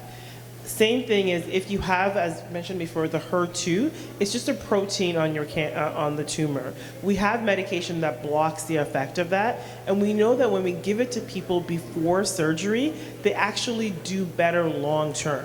The data shows that they have the advantage of having less cancer, and then if there's still cancer after surgery, we have another medication we can give you for both triple negative and HER2 disease that improve your chances of still being alive past 5 years. So all of the treatments work together to give you the best outcome. For some people, you can't omit one. And the hormone therapy are for people who express estrogen and progesterone. We all have it in our body, whether we're born male or female. But I describe it as if I gave you a whole bunch of hormone replacement medication, for some people, that cancer will grow. Same as people who have breast cancer in pregnancy, because you have more of that circulating, it will grow. So we give you medication to block the effects of that. And so that is also part of your treatment for sometimes for 5 to 10 years, depending on how old you are when you were diagnosed with breast cancer. Thank you. So I told you that there's going to be lots of information shared today, and from people smarter than myself, the stage. So Dr. Moley, I wanted to ask you, what should patients know about getting their bodies ready for surgery? So everyone comes in and blames themselves that I did something. And my personal opinion is the wellness industry likes to place blame, especially on women, because no one blames a man for having erectile dysfunction. No one blames a man for having prostate cancer, but we like to blame women for everything that's wrong with them, whether it's losing your hair, but we have a genetic reason because we have more common to have alopecia, and whether it's breast cancer. So people come in thinking, oh, it's because I ate too much sugar. It's because I wore deodorant. It's none of those things. Most likely, the only one that is probably is if you're a smoker. If you're a heavy smoker, you should stop that. That is actually what will increase your risk of all kinds of cancers. But besides smoking, there is nothing, you're not too fat, you're not eating too much sugar. I mean, those things are like, it's not good for you, but it's not the cause of your cancer. So what I tell people is, what we know that is effective in terms of getting yourself ready for all kinds of treatment is making sure you have a healthy, balanced diet. And that includes eating the things you love eating, but making sure you're eating probably closer to a plant-based diet with just a little bit of meat protein. Either chicken or fish is much better for you than red meat. And exercise. And cleaning the house on Saturday morning is not exercise. It's going outside of the house or getting on the treadmill or whatever you enjoy doing, going to the mall, but walking briskly for 30 to 45 minutes that you break a sweat, and then doing some sort of weight-bearing exercise. We know that that actually helps you in terms of the effects of chemotherapy and the surgery to recover better when you have all of those things, when you're doing all of those things on board. Thank you. So Charlene, from a survivor's point of view, what advice would you offer to someone recently diagnosed with breast cancer in terms of navigating treatment decisions? The first thing is have the conversation. So again, I go back to when I was diagnosed, I felt this sense of shame, and I wasn't having conversations or knew there was a group like Olive Branch to really understand what my options were, or there were oncologists and healthcare professionals that looked like me that really understood what I was going through. So my advice to them would be, don't walk with the shame. Have the conversations, have those hard, and if you don't know what to ask, and Dr. Mollet, I want to ask you a question as well. Beverly mentioned, we talked about all the stats and diagnosis when it comes to Black women.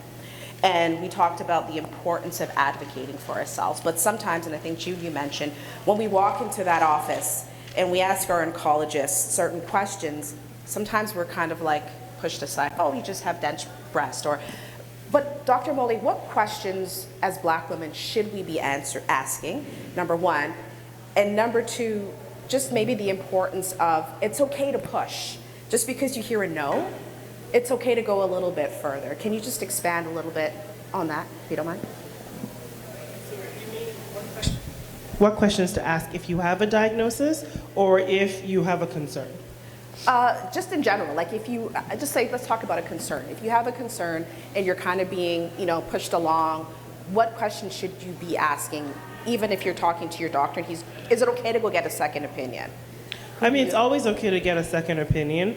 Oftentimes people come to me with second opinion, and I usually give the first opinion, but I think sometimes it's the delivery of the opinion that might make people not feel comfortable, and spending time to explain. And sometimes it's asking, well, what does it mean? Like, why, like nipple discharges, breast pain is a common one that I get. And oftentimes, the family doctor's like, it's fine, but patients just want to be reassured. I'm more than happy to see someone to say, breast pain is fine. This is why you're having breast pain. Breast pain is usually, most of the time, not a cause of breast cancer unless there's a lump there. And I think oftentimes it's just getting that explanation so you know exactly what is going on, besides saying, no, it's fine, there's nothing wrong with you. Like, you're like, okay, but it's hurting. Like, why am I hurting? And so, to me, I do think that, if you're seeing your family doctor and you have a concern, there are many breast clinics. Everywhere in the GTA, every hospital has a breast assessment center and we see a lot of people with, benign disease. And we talk about, what are breast cysts? What do breast cysts mean? Because people are like, well, can my breast cysts turn into a cancer? Because I know someone who had breast cysts or fibroadenoma, and then 2 years later, they have a breast cancer. Was it that turned into it? And I think it's just the asking for that extra level of explanation. And so there's nothing wrong with asking to be, and I would recommend, this is my bias, that everyone should have their breast assessment, their mammograms, at a breast diagnostic center. Similar to Dr. Oliphant has said before, is we actually do have better imaging. I know it's more expensive because you got to pay for parking. It's true, parking is a bitch, to be quite frank. But you get a better quality. And I know it seems like a little bit extra. You're gonna come all the way to Credit Valley. You gotta go out, to these hospitals. But we do actually have better imaging, and through that, you'll get connected to a breast surgeon if you have a complaint of breast pain, discharge, any of those things. But I think it's perfectly fine to say, and patients have said, I want to go see a breast surgeon to get a better explanation of what's going on, and that's. Thank you. So, Dr. Moley, you may as well. Oh, I'm sorry. Go ahead. So I was just going to add to that question, because we see a lot of patients in our breast assessment center, and I agree. Coming to a diagnostic center, you'll get a bit more one-on-one time. So I like to see all my patients, especially patients that come in for symptoms, because most of the time it's a reassurance issue. And when I see patients who are constantly coming in for pain, they're young, we've done mammograms, there's nothing, I usually go in and ask, what are you worried about? And then usually what you hear is, there was someone in her life who had breast cancer, started with pain, and you just have to spend 5 minutes to reassure. But one thing I want to emphasize is, as mentioned already, pain is common. For us, we will only see you if you've had breast pain for at least 3 months, and it hasn't gone away. Okay? It can be intermittent, but it has to persist for at least 3 months. Breast pain for a week or two or for a month doesn't qualify for us at our center. So if your doctor is dismissive, that's usually some of the reasons, and it's to keep persisting that, you know what, this has been going on for a while, and I'd like to talk to someone about it. Just advocating for yourself is always key. Can I also add something? Sure. Yeah. So in our breast assessment clinic, actually, we see a lot of referrals that does not qualify our criteria. So family doctors are very familiar with our criteria. However, they still try sometimes to see if it's something that we could make an exemption of and see the patient. So oftentimes when we reject the referral, patients are trying to understand why we rejected them. We get a lot of phone calls asking about why we were rejecting them. And it takes a bit of a time to explain, but I agree. All it takes is a clear explanation why there is no need to be seen at the moment. Because you have to understand, we are trying to prioritize people who has a high suspicion of breast cancer. If we are going to see everybody with breast pain, the volume will be so high and we won't be able to expedite those that really, really needs the attention. So for this breast pain issues, we often defer to the family doctors for them to actively assess their patients. And if there is a consistent, persistent concern, then send back the referral and then we will make that exception. So I hope it reassures the public that we are not being dismissive. There is a specific guideline we have to work with. That way we could sort out the patients that needs immediate diagnosis of cancer. And June, just to sum up what you were saying too, I'm going to be quick, is that find women in your circle who were going through what you were going through. And Olive Branch is just a great example of that. I met a lovely lady today who her sister was recently diagnosed but didn't really know about Olive Branch. And I said to her, you know what? There's support out there. I work with women who are newly diagnosed. June does. We have a whole team. So find people in your circle, whether you know somebody's being diagnosed and they're looking for answers, but maybe you're not ready to, at the stage to talk to their oncologist or radiologist. Surround yourself with people who have been there and done that. Thank you, Charlene. It's here for the Olive Branch of Hope. Yes. So I sometimes describe the Olive Branch of Hope as my tribe, because a woman going through breast cancer by herself, she's unstoppable. But find the Olive Branch of Hope for support, and you've got a tribe. Yes. So Dr. Amole, I've got like 12 questions in one for you. Okay. Let's go. Okay, so we're going to talk about, for those who have had a mastectomy, what should they consider when deciding between immediate or delayed breast reconstruction? Immediate. Okay. Immediate is just better. Yes. You get a better cosmetic outcome, and plastic surgery, we all agree.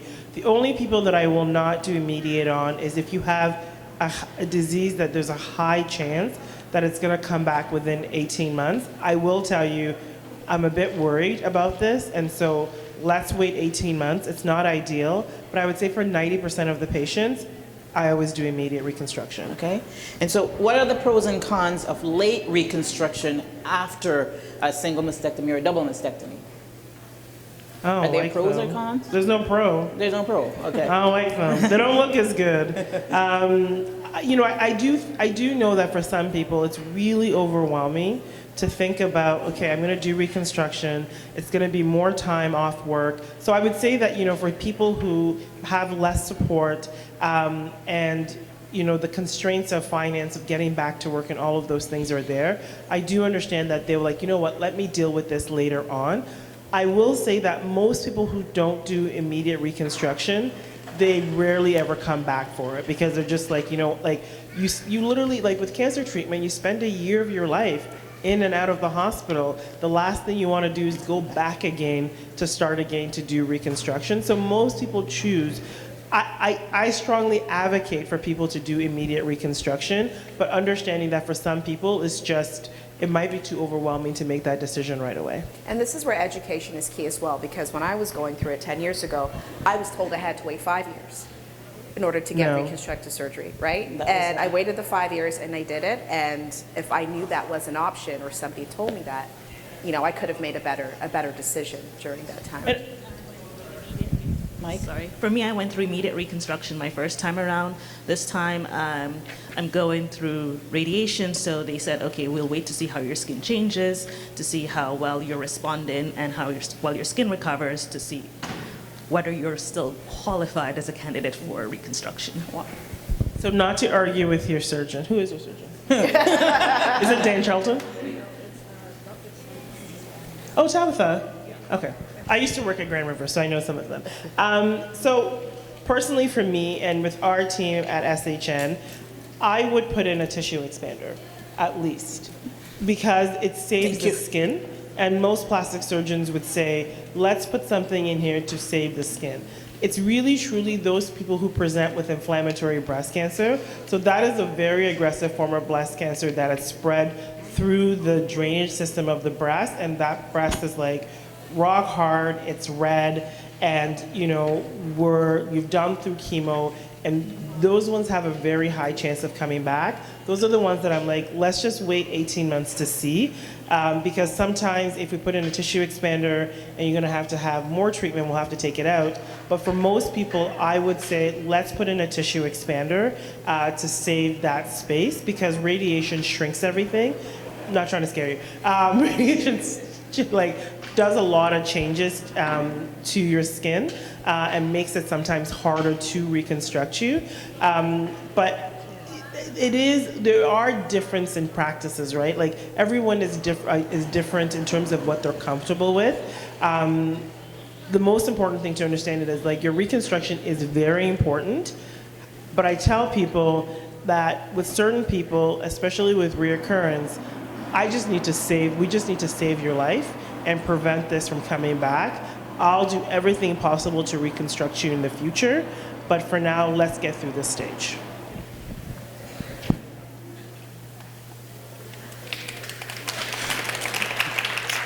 I enjoyed listening to you so much that I just kind of, yes. So I want to thank you so much for being a part of our expert panel. And I really appreciate you taking your time to be here with us, to educate me, because I needed it. Thank you, each one of you. I am going to now open the floor to anybody who may have a question for our expert panels. Please raise your hand and we'll hand you the microphone for a question. And just to let you know, we're going to do this really quickly. We're trying to keep on schedule. After the Q&A, I'm going to have Leela come up and do a quick 2-minute announcement, and then we'll break for lunch. Go ahead. Can you stand, please? Oh. Hi, good morning. Excellent information. Thank you. My question is, I know you're in the medical field and you do promote chemo and all the medical treatment that's needed to get rid of cancer, but do you recommend or advise a patient on other alternatives? Such as? Such as natural, like my girlfriend here, she was diagnosed with cancer and it's cured without chemo. So I'm just wondering which other way, like do you suggest natural remedies? So one thing I would say is that, there's two minds to it. There are a lot of people in this world, especially now, who prey on people's vulnerability. And so whether that is for fertility treatments, whether that is for cancer treatments, there are oncologists, naturopathic oncologists, who have extra 2-year training in oncology to take care of these patients. You can get, if you go on the CNM website, the Naturopathic College in Toronto's website, they have an oncology clinic where they see people. My sister is a naturopath, and I'm the first to say that there's a role for naturopathic medicine to help support your system as you go through treatment. However, I have not seen any evidence, nor have they, in me working with them, that just doing that alone will cure you of breast cancer. And not all breast cancer needs chemotherapy. Like there are some who do not need chemotherapy at all. And so my advice to people is, people are like, I'm going down to Mexico to do this. They're telling me to do an alkaline diet. You need to ask, well, how does an alkaline diet work in breast cancer? Like, what is the science of that? Right? And so, I have patients all the time, and I'm like, listen, I'll support you, but there's going to come a point where I'm going to be like, no. And my point is, when anyone tells you that either I'm going to make you a millionaire in the next 6 months, or I'm going to cure you of this cancer in the next 6 months, that's a lie. Because even I don't tell you that I'm going to be able to cure you. I might, with medication, prevent it from coming back, but no one could guarantee 100% of anything in this world. And so that's always my first sign is anyone that's trying to sell me something to make me rich or that's gonna cure me of whatever ailment I have, I'm like, you're lying to me. So that's kind of like my barometer. So I do think there's a role for it, but you do need to see a naturopath who specializes in oncology care, because even my sister, I've had patients, she's like, I don't know anything about this. Her specialty is like pelvic floor dysfunction. She's like, I don't know anything about cancer care. She's like, I can help in terms of supporting someone, but they really should be seeing a naturopath that does oncology. Thank you, Dr. Moley. Was there another question? Hi. I have a question about screening modalities. So I did read that in the US, they approved ultrasounds for women with dense breasts. So I'm curious, is that something that I should be pushing for, since I know I have dense breasts, instead of the mammogram, in addition to the mammogram? What would you recommend?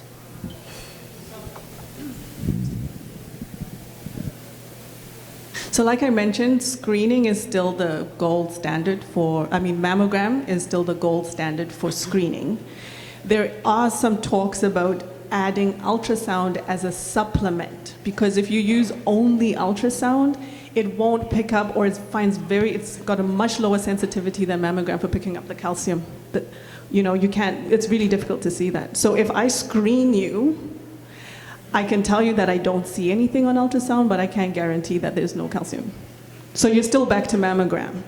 So officially in Canada, we have not added ultrasound yet into the screening program. It is a diagnostic tool. So if you have symptoms, we do an ultrasound with almost all of our candidates that come in with symptoms. So I do it. I do it. I order ultrasounds. They hate me, but I don't really care. Doesn't matter to me. So I do order ultrasounds for category C and D breasts. And our radiologists, I think it does honestly depend where you are. And so at our institution, probably because of me, I pushed, so sometimes family doctors literally send patients to me to get the ultrasound, because they know if I order it, it'll get done. So if you have a category C or D breast, I will order the ultrasound for you and then say, every 2 years you should do it. So it is different, but it is not on label, but that's what I did for myself, so why would I do something different for other people for what I would do for myself? I'm being honest.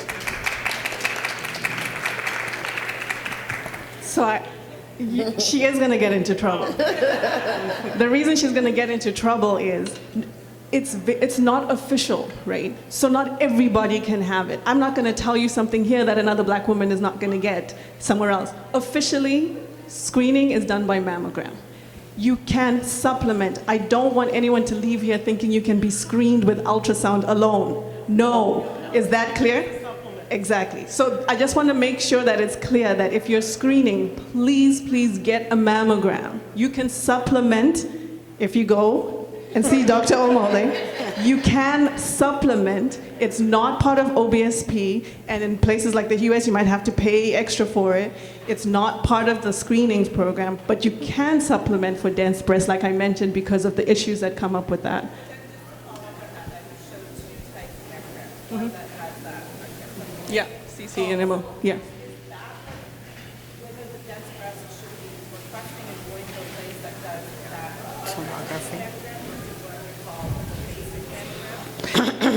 Okay, so for example, it's tomosynthesis is more recent and not every site has it. So I'm giving general information, but at our site and at most diagnostic breast cancer sites, tomosynthesis is being done for all patients with dense breasts. Okay? Everyone should just go to a breast diagnostic center.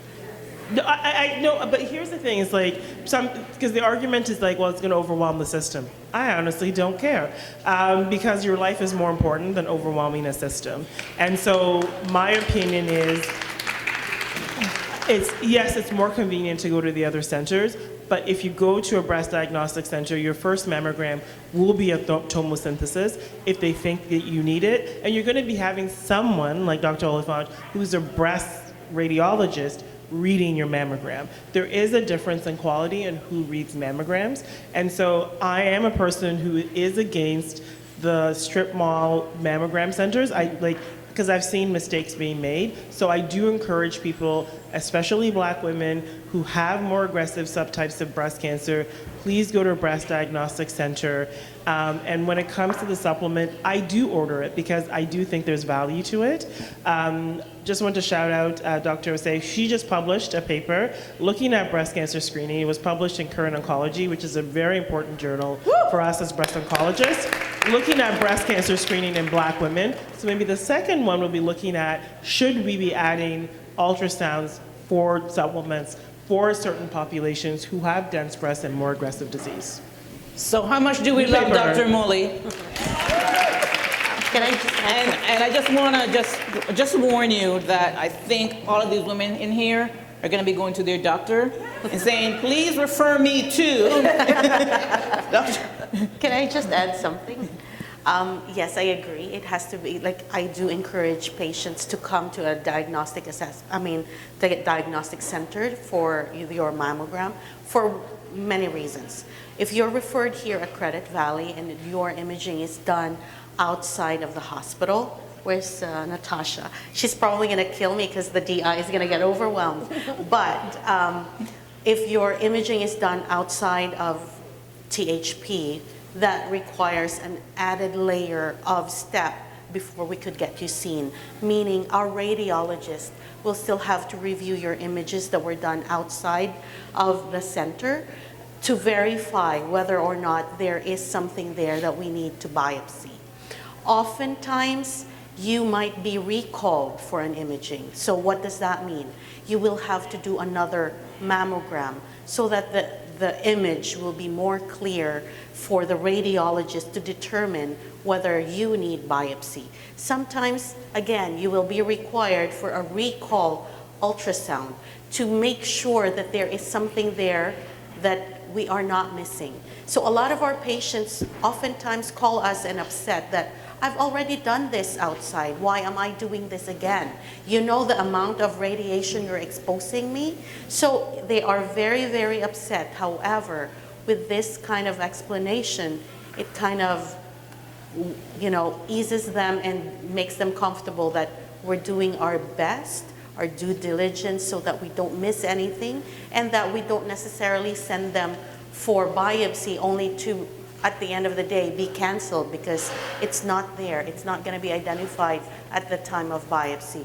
I'm sure a number of of people that you know came for biopsy and then they went home without biopsy because by then it's not identifiable. So totally agree. However, tomosynthesis is not available here in Mississauga yet. So get working on it. We're working on it. Okay, so we have our next question. Oh, and Scarborough. So I just want to say that we are running a little bit behind, so we're going to be taking our last question. And please join us back at 1 o'clock because we're going to have another panel. And these ladies are going to be around if you want to just go to them directly and ask them questions. So go ahead. Hi, good afternoon, kings and queens. My name is Shabazz. I work with a lot of women that are displaced and they utilize their body to survive. How can you convince these women not to put the stuff that they put in themselves, and how would I convince them? Breast implants. Like what? Breast implants. Breast implants, like the extent, To be honest, like breast implants are they're fine. So it's more of like when people go to back alleys and they're getting like shots of. I had patients who've had shots of silicone. Don't do that. So how do I tell them it causes, like they're just not? It doesn't. To be honest, it actually doesn't cause breast cancer. It causes other challenges. I mean, if you're doing that work for survival, to be honest, I prioritize your survival, right? Like I'm a believer in harm reduction. I don't tell people not to do something. I would ask you not to, have random things, and Dr. Oliphant can talk more about it, because I've had patients who've had things injected in them. They're not quite sure what it was. I would say save your money and just go get a boob job. Like, if this is what you need to survive, then do it the right way and get a good doctor and get implants. So implants are fine. It's the other things, that injectables, that are not. Yeah, the only thing I have to add is I don't think that's been proven to cause cancer, but it does make it difficult to screen, because now you're adding more of that density into your breast. That stuff comes up very dense, almost bright. Yeah, it obscures the breast. So the issue and the message I want to leave, because we're about to stop for lunch, is screen. Screening has been the number one thing to reduce, all the statistics for cancer, whether the stage of diagnosis, survival, etc. The sooner you screen, as long as these women are screening, they're not screening, let's work on screening. That's number one. Hello, my question is actually in regards to expanders. Typically, how long do you keep expanders in for after? So it really depends. Like, for some people, it can be a really, really long time once they're expanded. They're safe to have in. There's not a real time limit on them, but in general, once the skin is expanded and you are overall, gotten through most of your treatments and you're close to your baseline, we want to exchange them for permanent implants. So basically, what a tissue expander is, it's like, I'm trying to describe it. Imagine, how can I describe an expander? Because it's flat. It's like a little, it's like a balloon. It's like a pouch, but it's like a balloon. And it has like a little metal thing on the outside, so we put it in, and then we use a magnet to find it, and then we inject saline into it to expand it. And what it does is, over time, it helps to stretch your skin. And so then when people can walk around with an expander, you won't be able to tell the difference. And once you've gotten to the place where we think we spread the space big enough to the size that you want, the size that looks good on your body, you'll have another surgeon to take that expander out and then put in a permanent implant. Thank you so much, ladies. June, We're about to break. Just address the sister for 1 second. You were talking about to these women that you work with. You have a village now. Education is key. Connect with the women of Olive Branch who can maybe come by for a session and speak to these women and educate them, right? Knowledge is so important. They don't know what they don't know. Yes. Thank you. Sorry. That's okay. So just before we break for lunch, Leela, our executive director, would just like to 2 minutes of your time. Then we're going to break for lunch, and lunch is from 12 till 1. We also are going to have our Afro-Caribbean aerobic session downstairs at 12:30. So for those who want to join, please make your way down there at 12:30 and meet us back here at 1 o'clock for more fantastic, informative discussion on breast health awareness. Thank you.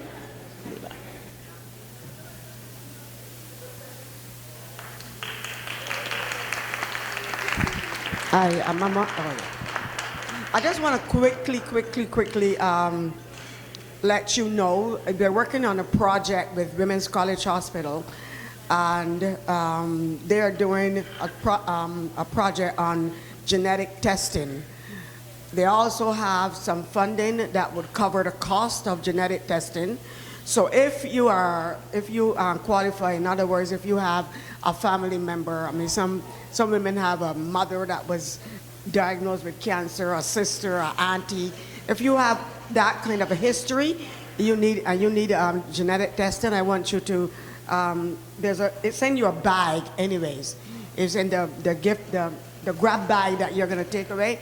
Please don't throw it out. Just look at it, read it, give it to a friend. If you don't qualify for it, give it to somebody. But make sure that you get a hold of this information. Get testing if you can. It doesn't cost you anything. And they told me, I was talking to them yesterday, they have about 30 spaces for women that want to do genetic testing. So if you're It's one just of those, blood work. It's just blood work. No, it's really important because oftentimes they were like, well, we don't have this gene, but it's because the gene is determined by the pool of people, right? And so we know there's BRCA in Ashkenazi Jewish people because they all got tested. But we don't see the same amount because we're not all getting tested. So the more of us that test, the more we'll be able to see the gene pattern in our population. So if you have a family history, please, please, please enroll in the study. thank you so much, Dr. Amoli. And they're waiting for you to do an interview with CBC, by the way. So actually, the genetic testing, I have to tell you that they are actually doing it by saliva, and they'll send you the kit to your house, and you put your spit and Please do send it. it back. So Yeah, please, please. We don't take advantage of some of these. I think this Sorry? is in the bag. Yeah, send the black bag. There's some of the olive branch. There's some on our table as well. Make sure you get some, grab them, and if you are not one that's qualified for it, give it to somebody that is. Because we want to take advantage of these opportunities. Make sure that we're not one that's going to say, well, they don't test us anymore, so we don't know. You're going to be one that gets tested. Thank you. Thank you, everyone. I just wanted to let you know that if you look around the room, you see some ladies with pink or white Olive Branch of Hope shirts. If you need any more information about the charity, please see one of us. You can see Leela, you can see this gentleman here, Derek, myself, whoever, and if the doctors and the panelists have time, they'll be around just to ask for your questions. But please meet us back here at 1 o'clock so can we get the second part of our program going. Thank you so much. So, don't move, don't move.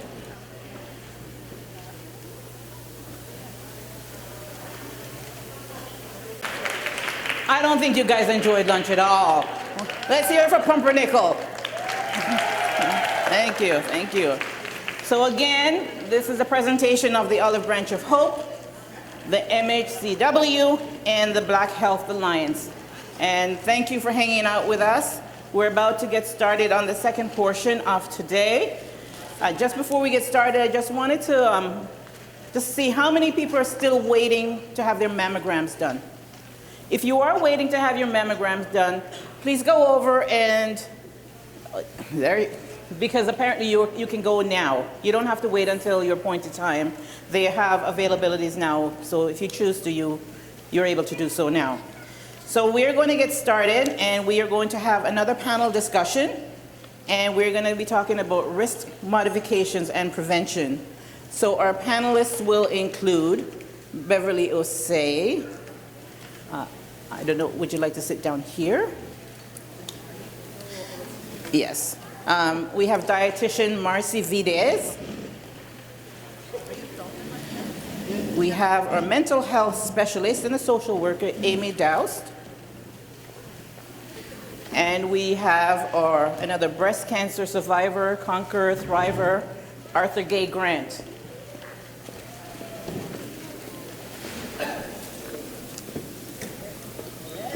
Yeah.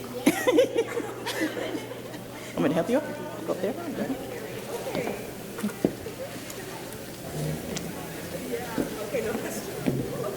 There we go, teamwork.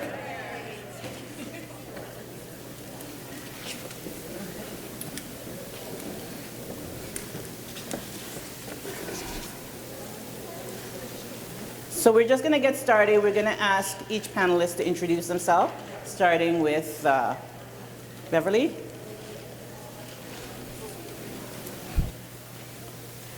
Hello. Hi, everyone. Hi again. My name is Beverly, and I'm a fourth-year medical student at the University of Toronto. I'm Marcy Videz. I'm a registered dietitian at the Queensway Health Center Cancer Center. My name is Amy Doust. I'm a social worker, an oncology social worker here at Credit Valley Hospital. And I'm Arthur Gay. I am a breast cancer survivor.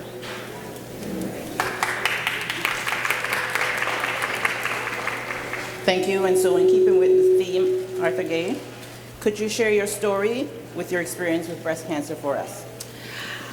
I was diagnosed with stage 2 hormone-positive breast cancer in 2018. I went through chemotherapy, I did radiation, I also did a DIP flap reconstruction.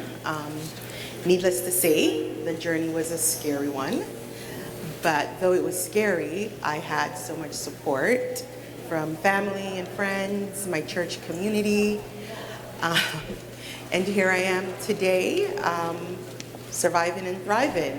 Yes, girl. So Beverly is going to share with us some of the risks of breast cancer and what steps can women take to understand their risk factor battle. Okay. So earlier today, we talked a little bit about some of our, what we call non-modifiable risk factors. So those are risk factors that are outside of our control, or things that cannot be changed when it comes to our risk for breast cancer. And so those were things like genetics in our family history, our age, as there is an increased risk of breast cancer as you get older, breast density that we were able to speak about a little bit, as well as our menstrual history, as there is a risk of breast cancer when you have your menstrual period at an earlier time. So those are called our non-modifiable risk factors. Our modifiable risk factors are the things that can change depending on some of our behaviors. I do want to say before we do any of those things, there's so many things that interact or can limit our opportunities and our abilities to engage with some of our behaviors. I think it's sometimes, as spoken about earlier, there was a lot of blame and a lot of individualization that's put on people when it comes to health behaviors. And I think it's often when someone becomes diagnosed, then there's a lot of shame that comes with it, where it's like, I could have done something, or this is my fault, or there's something that caused me to be diagnosed with breast cancer. So I think it's really important to not put blame on that and recognize all of the factors that make it difficult to engage in some activities. Some things that are important to keep mind of, like alcohol intake, is related to a number of cancers, and particularly breast cancer. And so limiting your alcohol intake, I think the safest amount is one, limiting it to less than 2 drinks a week. I think that's around that. So if you're able to limit it, or if you need resources to cut down your alcohol intake, definitely something to speak to your family doctor about.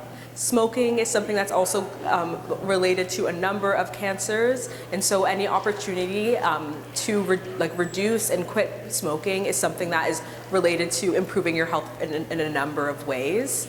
And then when it comes to physical activity and diet, I was very careful to use these terms instead of using weight and BMI, because that's something that you'll often see when it comes to health promoting behaviors. I think it's important to note that BMI is a very flawed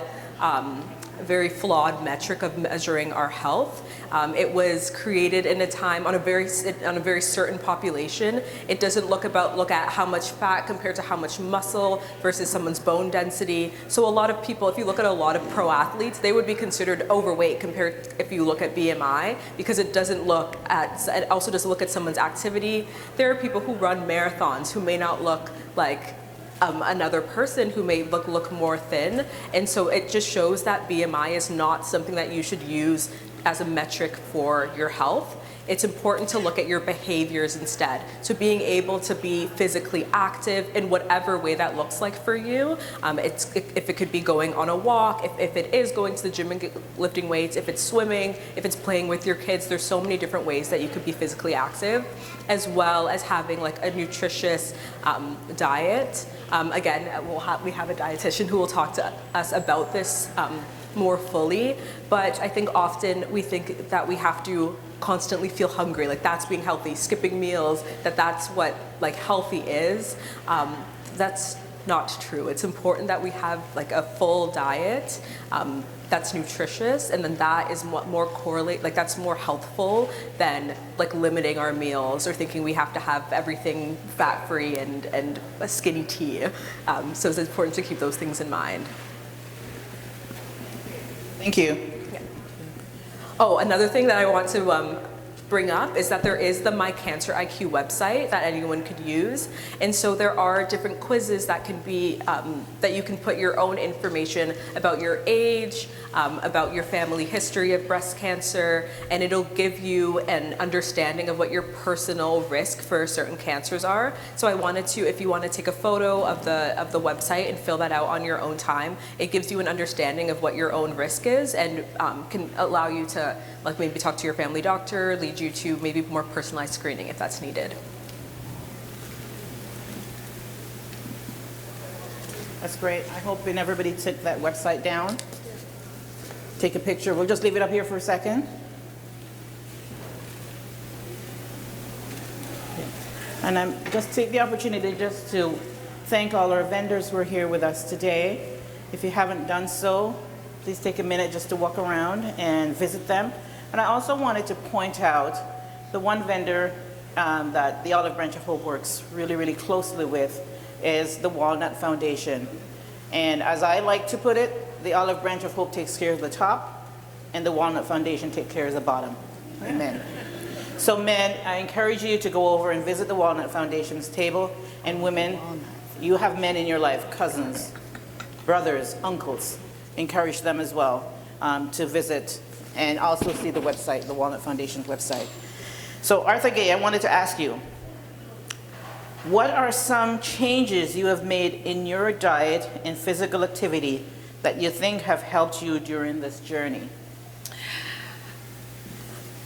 So I'm very mindful of the things I eat. I go to the gym typically 4 to 5 times per week, and I travel. Travel is a good escape mentally, and I've just implemented just a balanced lifestyle after my cancer diagnosis. Thank you. Marcy, let's talk a little bit about diet and exercise, particularly the potential benefits of exercises for cancer patients during recovery and both in their treatment and the recovery phase. What role does cancer nutrition play in modifiable risk, and how diet can help during recovery and treatment? Okay. That seems like a lot. There's a lot there. So I'm just gonna piggyback on some of the risk factors, the controllable risk factors. So those are the things that we put into our mouth. There's only 2 things that increase risk that you put in your mouth, other than smoking, but you don't swallow that. And that's alcohol and processed and cured and smoked meats. Other than that, really nothing that you eat can increase your risk.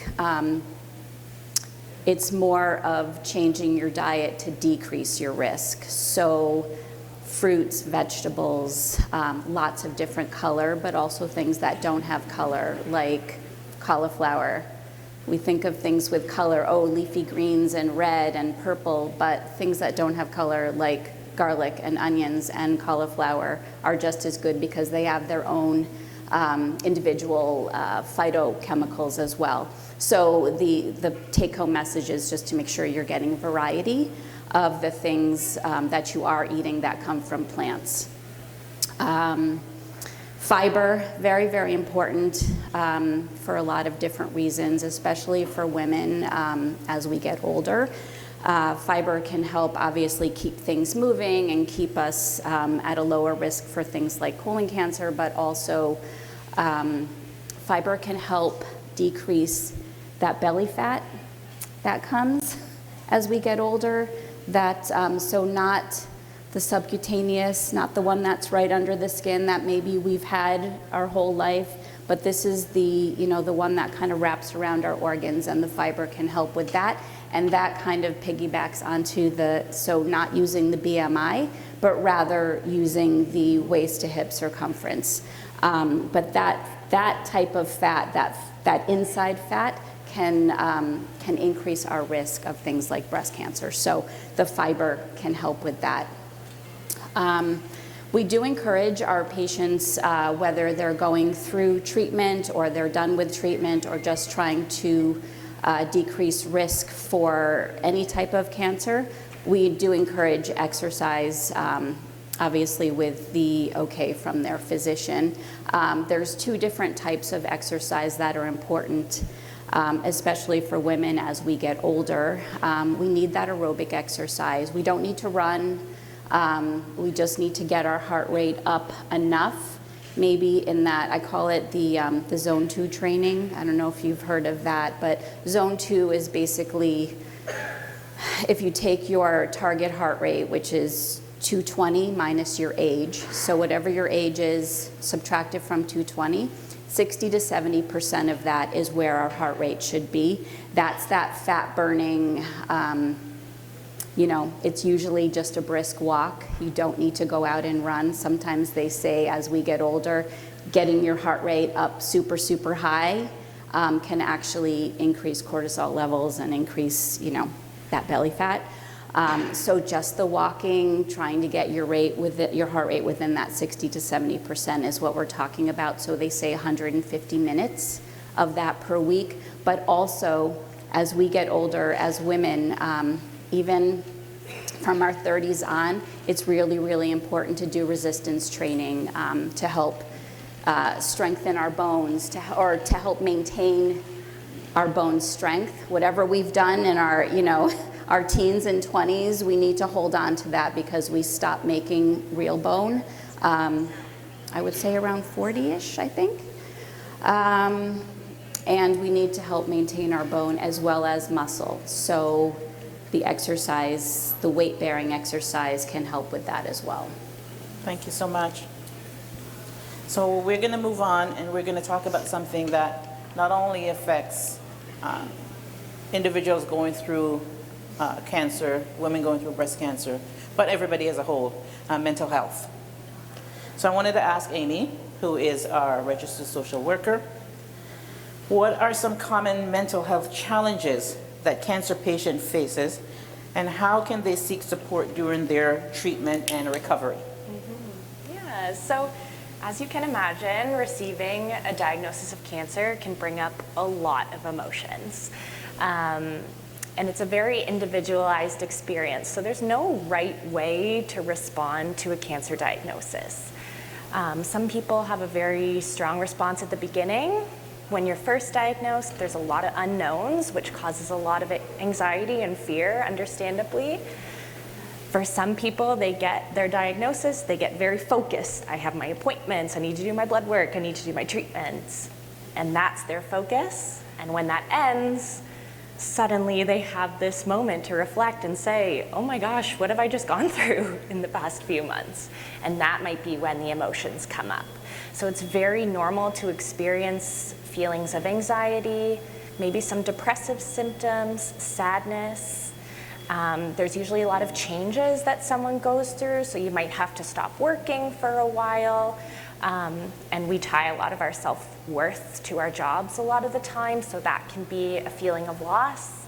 There might be some changes in relationships, maybe some changes in self-esteem and how you see yourself. So we want to kind of normalize that it's okay if these things come up for you. And there are supports that can help you. So for example, at the hospital, there are often social workers. So sometimes you have to ask for that, which can be hard to do, but there are supports available at the hospital. So one-on-one social work support. Sometimes there are support groups. It can be really helpful to connect with other people who are going through something similar and maybe have a different level of understanding than maybe some of the other people in your life.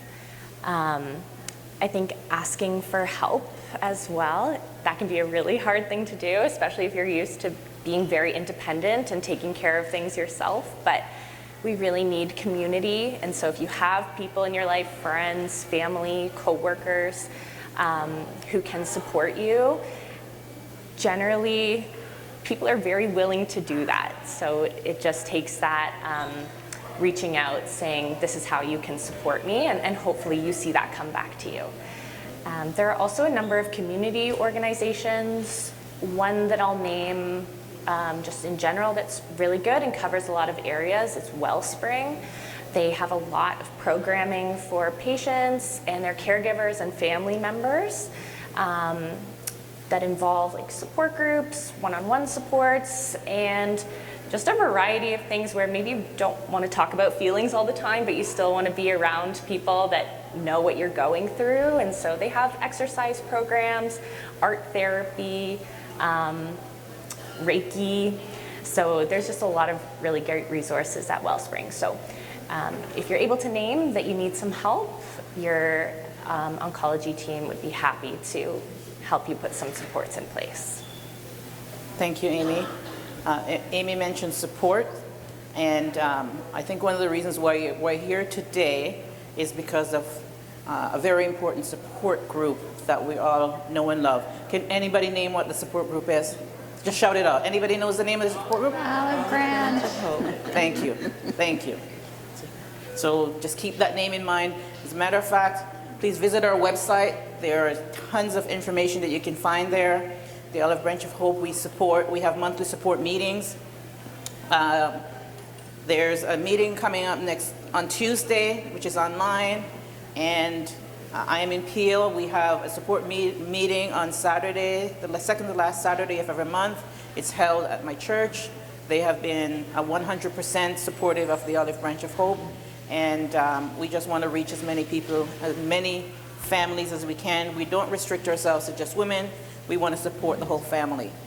So having said that, Arthur Gay, can you let me know, or let us know, what strategies or practices help you cope with the emotional challenges you had during your breast cancer treatment? So I depended a lot on family. I have kids. I have 3 kids. So it was important for me to be strong for them. It was also important for me to be strong for my mother, because it was really hard for her to see me go through this experience. But I recognized that it was also okay to embrace those not so good days and ask for help when I needed help. I quickly identified my circle, and I say my circle because those were my go-to people that would listen to the highs and the lows that came with treatment. Going to church helped a lot. My church community was amazing, and going through this journey, I met our lovely June, who shared with me her experience with breast cancer, which in turn connected me with the Olive Branch of Hope, who really helped to direct me and help me to understand the sense of community. So I was able to connect with women that had these similar experiences. It's great that we have our families, and yes, they empathize. Yes, they're there to support you, but it's different when you speak to someone that understands what you're truly feeling. So having that sense of community helped. And just, I embraced each day as they came.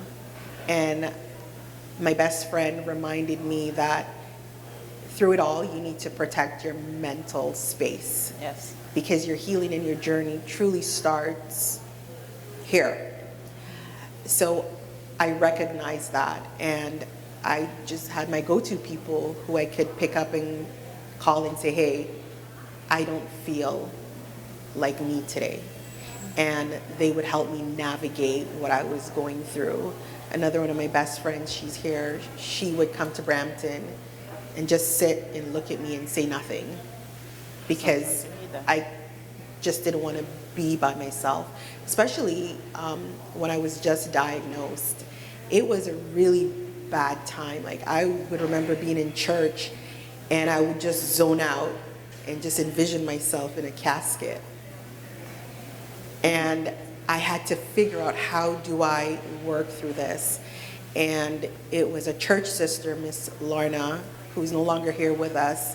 She was so instrumental with teaching me how to lean on God and how to talk to Him and how just to get down in prayer in order to get from that sunken place. And I implemented that, and it helped, and which is why I'm here today. The physical journey is truly the easy part. It's the mental part that every single day you have to remind yourself of your why, right? Thank you. And I think a part of the mental struggle I guess for me, was when I was diagnosed, and like I go in to get my chemotherapy, and I look around the room and I'm thinking, what, black people don't get cancer? Where are they? So when I found the Olive Branch of Hope, I found comfort. And I found people who looked like me, who were sharing the same, going through what I was going through. So I found that I could relate to them, and I could feel comfortable with them, and I could call on them whenever, if I was down, if I was up, whatever. So I just wanted to, just to highlight that is one of the services that we do here at the Olive Branch of Hope, is we offer that kind of service to you. So Amy, can you provide some advice on how patients can speak to their family about their breast cancer diagnosis, especially if they have children? Yeah, so that can be a really tough conversation, and again, can bring up a lot of fears and anxieties about saying it out loud, because sometimes sharing it makes it very real, right? So it's okay if you kind of take some time to think about how you want to deliver that message, but it is good to share. This isn't something that you should go through alone. And so, like Arthur Gay said, maybe you have a circle. Maybe you have the people closest to you that you know you feel safe with, you feel comfortable with, and you can decide how much you share as well. Maybe some people know everything. Maybe some people know your diagnosis, but not the nitty-gritty details. Like, you can decide what boundaries you want to have around what you share. When it comes to telling kids, that can be a really hard conversation for a number of reasons, right? But normally what we find is that kids are very perceptive, and they usually know that something's going on, right? And sometimes it can increase their anxiety if they feel like something's going on, but no one's telling them what's happening. And so it might feel really scary to talk to them about a cancer diagnosis, but there are some resources, again, that can maybe help you, figure out what language to use so it's age appropriate. Again, you can decide what feels important to tell them, but I think as long as they know that they know what's going on, they know that they can come to you with questions if they have questions, that really helps kind of take away some of the anxiety that they might be feeling when they're trying to fill in the blanks themselves. Marcy, how can one's nutrition affect their mental health, and what tips do you have for people who are interested in better supporting their mental health through diet? So I think there's a couple different factors here.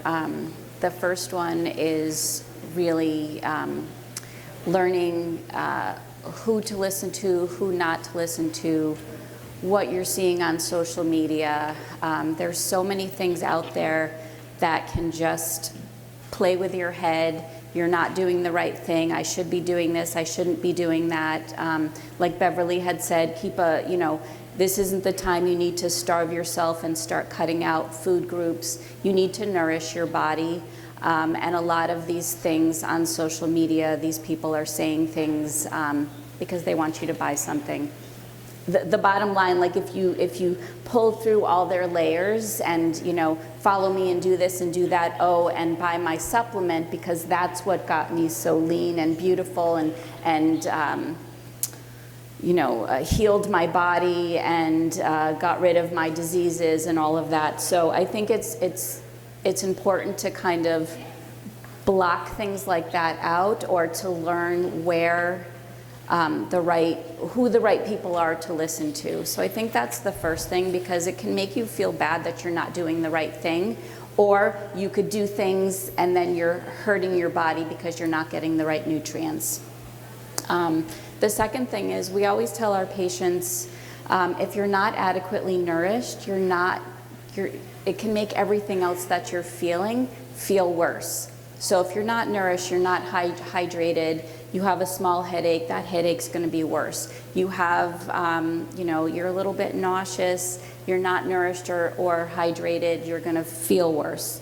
And I know that eating is one of the only controllable factors a lot of times. Sometimes we can't control the diagnosis, we can't control the meds we're getting, we can't control what surgery we need, but we can control what goes into our mouth. So it's important for you to feel good about what you're doing and what you're putting into your mouth. And I think that being adequately nourished and feeling like you're doing the right thing makes you feel better.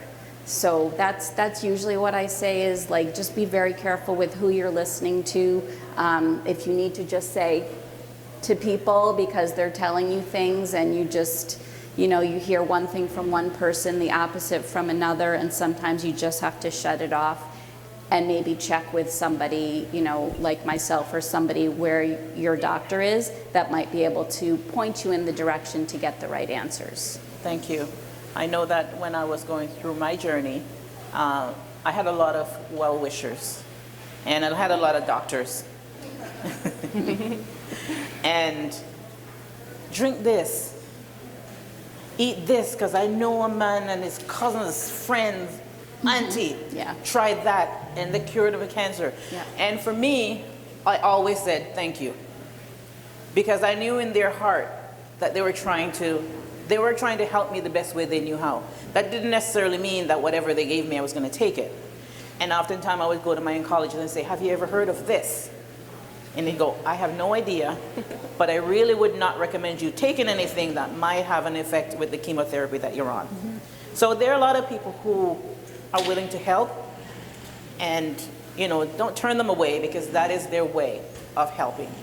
I wanted to go back, and I wanted to ask Arthur Gay, because I know that to this day, my daughter, who's now 23 years old, will not talk about cancer.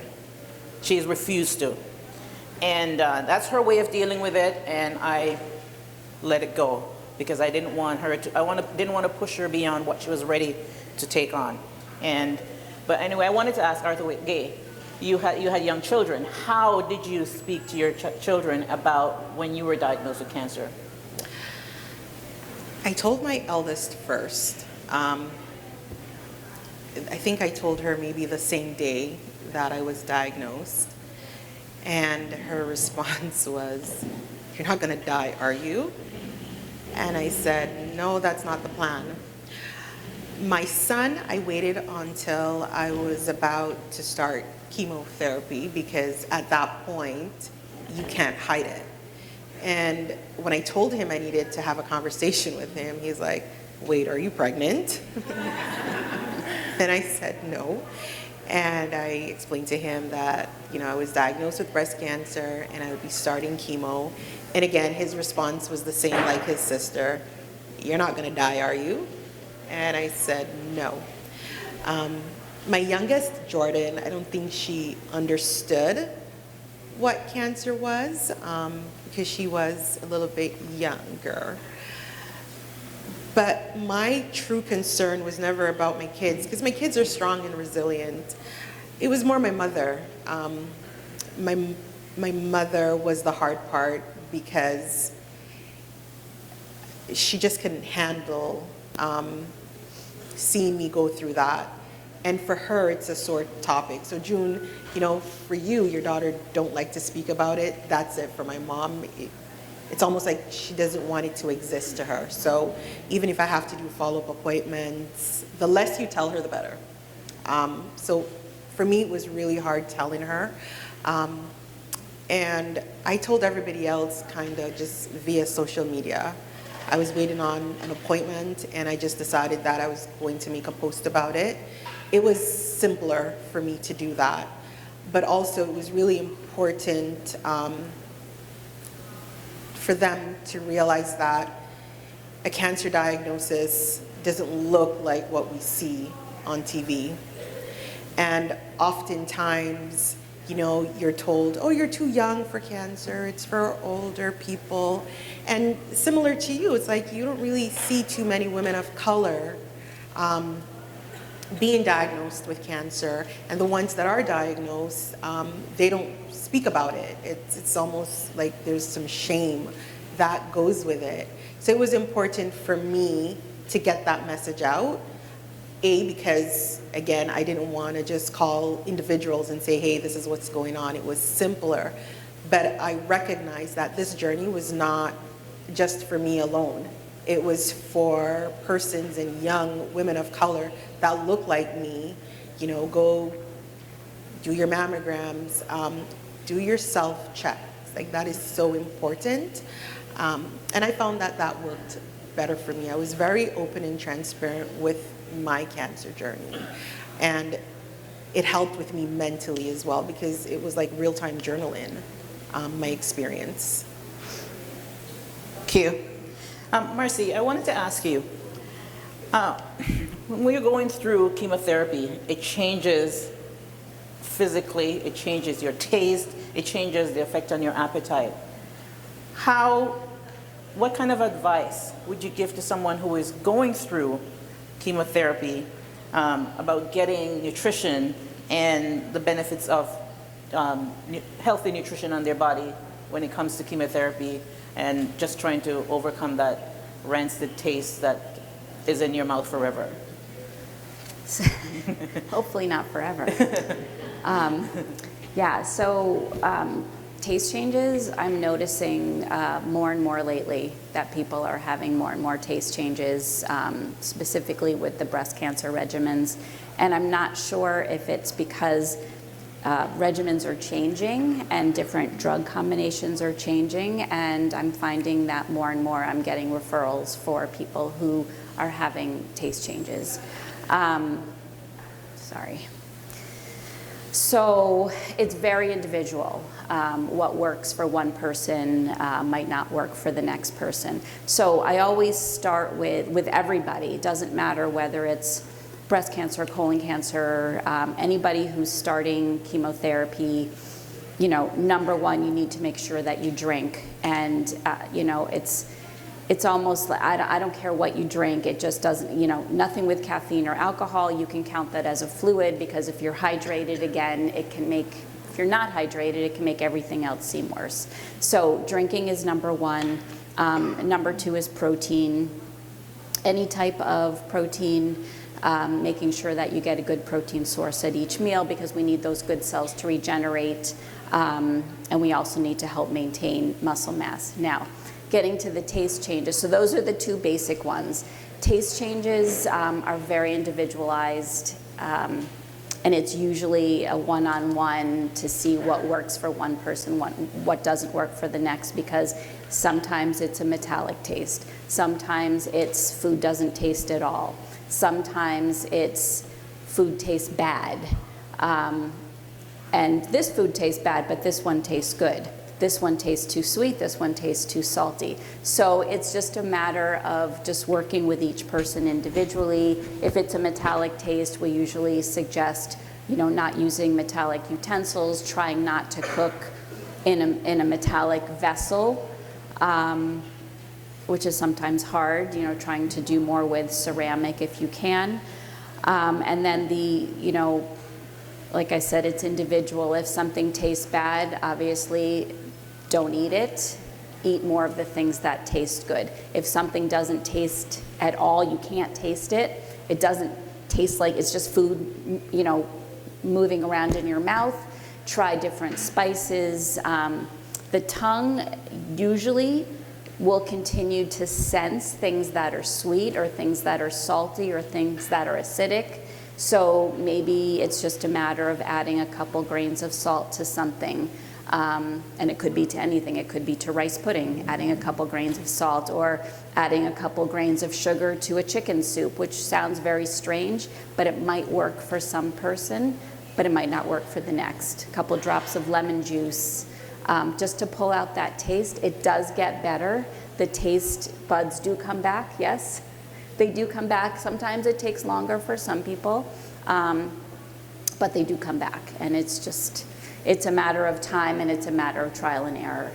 I must tell you, for me, even water tasted horrible. Yeah. Yeah. Could you just expand a little bit on supplements before, during treatment and after treatment? So there are some supplements that are okay. Again, it's different based on what drugs you're getting. Some things like super high doses of antioxidants we usually say no to, unless it's but a targeted therapy, just like Herceptin or immunotherapy. But if it's an actual chemotherapy, we usually don't suggest high doses of vitamin C, anything over 1,000 units of vitamin D, no greens, green powders and matcha, and there's a whole, there's a lot. As you know, as people were coming to you with, you should take this. It cured my husband's uncle's brother's son,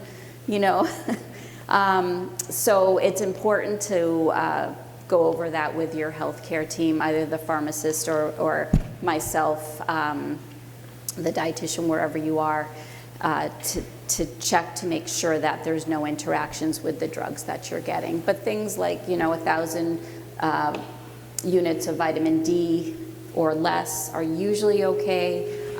Calcium is usually okay, depending on calcium levels. The B vitamins are usually okay. It's all the other things that usually we have to check based on the drugs you're getting. It's always best to consult your physician before you do those, even supplements. Yeah, because there can be an interaction and it can make your drugs not work as well as you want them to work. Hey, Beverly, how important is sleep and getting your rest? So I would say for everyone that our sleep is so important. Definitely becomes a neglected part of our regimens or our lifestyles, especially as things get busy.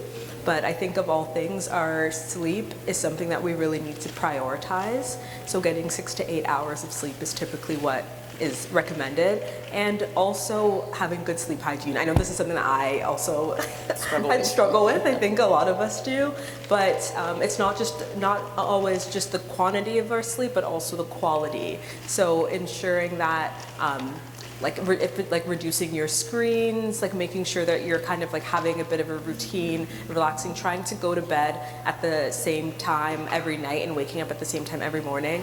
Again, I also want to recognize that this is not the same for everyone. If you work shift work, that is just not a realistic possibility to have that same routine. But I do think having good quality sleep is something that's very important to keep in mind. Thank you. And just before we wrap up, I just wanted to pose a question to all of you, and you can just go down the line and answer. What is your take-home message for the audience here? I think that I want everyone to know, whether you have had a diagnosis of cancer and going through treatment, or if you have a family member, or you came today just to learn a bit more, that everybody's version of health looks different and it doesn't need to look the same. Especially with social media, when you get advice from other people, people are always going to tell you things, or you're always going to get messages about what it looks like to be a healthy person, in terms of what your body should look like, what your eating habits should look like. I think it's important to know that you have to do what is best for you, because you could be exercising 7 days a week and eating nothing but spinach, but that actually could not be the best thing for you if you don't feel mentally well and fulfilled in the other things that you're doing. So I think it's important that good mental health, good physical health is individual, and you have to create a routine that makes you feel best. It doesn't have to look like the other person's. So I'm going to piggyback on that and say I am not perfect every single day in my eating and my exercise. You do not have to be perfect every single day. It is an average across a week, average across 2 weeks. And again, just to be very careful with what you're listening to on social media, because there's a lot out there. And sometimes I have to hold my mouth from some of these things that I'm seeing, and it's so dangerous to to compare yourself to them. Those aren't the norm. They're not the normal people that you see. We are normal people, and what you see on social media, they kind of make that's their business. They want to pull you in. and it's not always good for everybody. And just when I was talking about diet before with, fruits and vegetables and lots of color and fiber, not all of that is going to be good for everybody either. So you have to listen to your own body. I cannot eat cauliflower, Brussels sprouts, beets, asparagus, all those really good vegetables. I would be a miserable person if I ate those things. They're not good for me, so I find other vegetables that that are good for me. So just to listen to your body, because not everything is good for everybody, and we're not all perfect. I would say that, just as a reminder, there's no right way to respond to a cancer diagnosis. Your feelings are valid, and so whatever is coming up for you, that's your experience. Asking for help or recognizing that you're not coping well and you're having a hard time, that does not mean you're weak. That does not mean you're doing a bad job. It just means that's how you feel right now. And maybe reaching out and asking for some help and some support could make your cancer journey, maybe 1% better. And that's great. That's what we're looking for. We want to kind of find the things, again, that work best for you when it comes to coping. Maybe meditation works, maybe journaling works, maybe getting outside and breathing the fresh air works for you. But just being open to recognizing when maybe you need some more support and reaching out for that. My takeaway would be listening to your bodies. Prioritize your health the way we prioritize getting our cars maintained. If something doesn't feel good, go and get it checked out. We make time for everything else. And for women of color, it's okay to talk about our cancer diagnosis if ever you're in that situation. It's nothing to be embarrassed about. And I think that's something as a community, we need to unlearn that. But the biggest thing would be paying attention to your bodies. If it doesn't feel right, get it checked out. And if your healthcare practitioners are not listening, then you need to advocate for yourself, or you need to find someone that is willing to listen to you. Thank you, ladies. That's awesome. Did you guys enjoy that?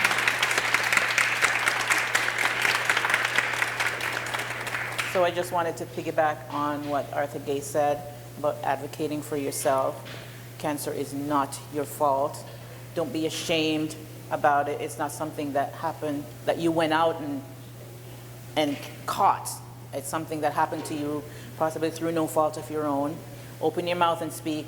I know that for me, when I got cancer, I think people got tired of me. They saw me come in and think, oh, I don't want to hear from you anymore. Because I knew that for me personally, being very faith-based, I knew for me, my thought was the more prayers that went up, the more blessings that came down for me. And so I encourage you, open your mouth and speak about it. Don't try and fight this alone. Cancer is not a battle you fight alone. You need your tribe around you. You need the olive branch of hope around you. You need your friends. You need your family. So just remember that and open your mouth and talk. So now we're going to have time for some questions and answer for the panel. So if you do have a question, please raise your hand and our Vanna White will come to see you. Hi there. This question is for Amy. When I was diagnosed, I had also, just as Arthur Gay did, a strong community behind me. I also had reserve funds for a rainy day.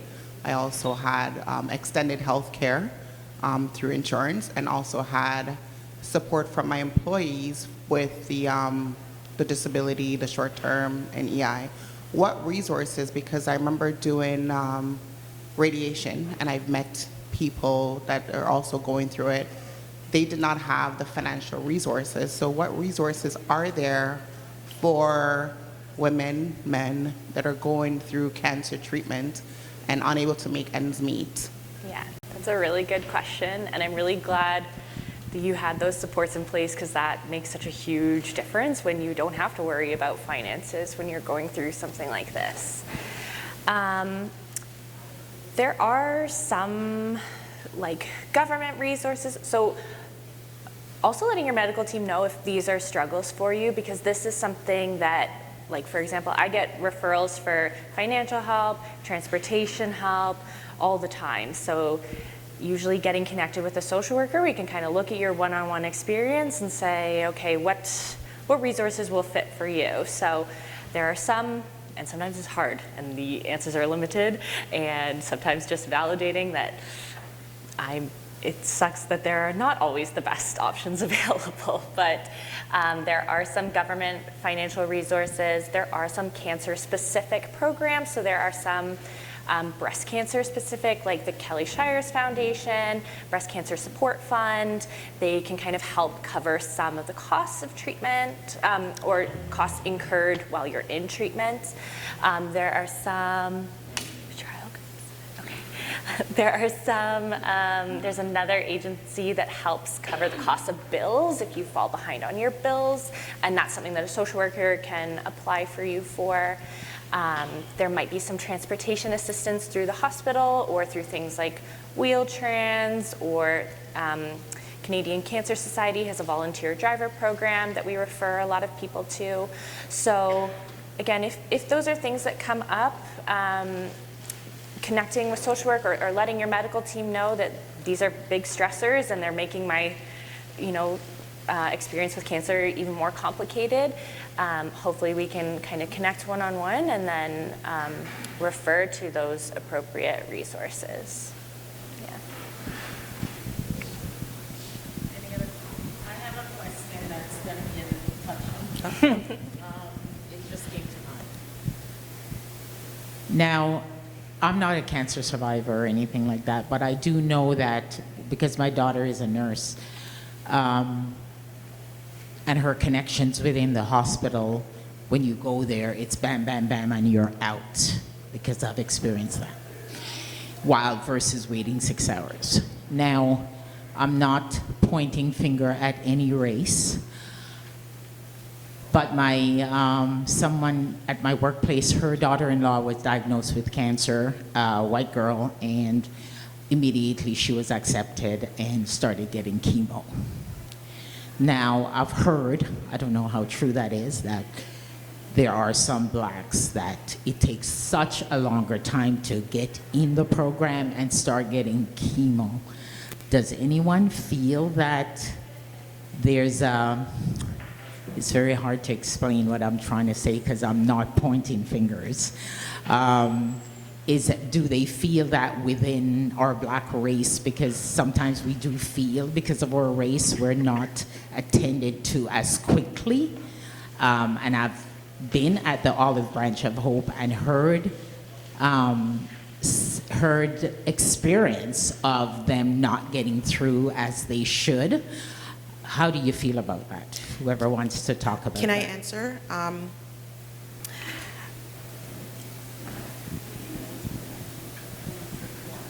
So for me, I did not have that experience.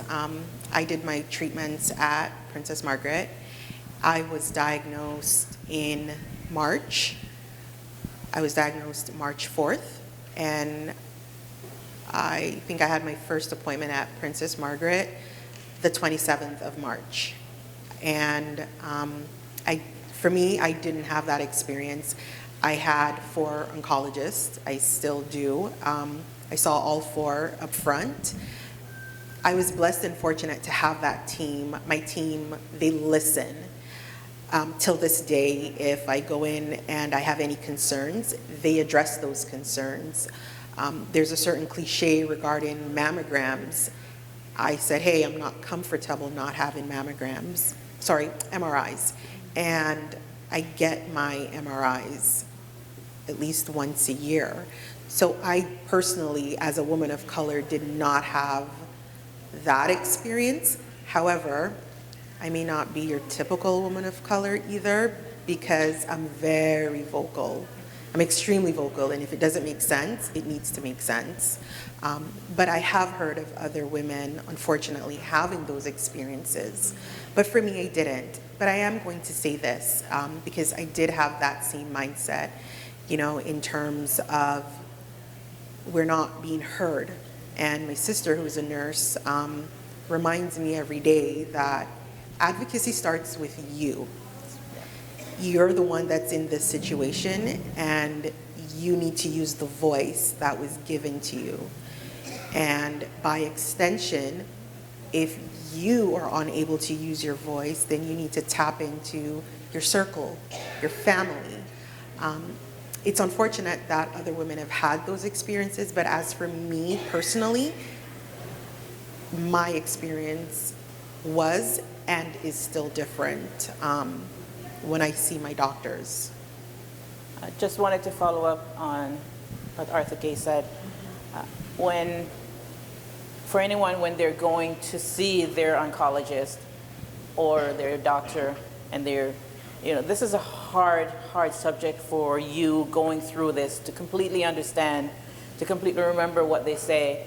When you go speak to them, it's best to bring someone with you, because they're talking to you and all you're hearing is wah, wah, wah, wah. So either you bring someone with you or speak to them and say, do you mind if I record it? So then I can go back home and I can go and listen to it and make sense of what I'm hearing. And at least that way, that gives you the information you need, that maybe next time you want to go, when you go back, you have all the right questions that you want to ask.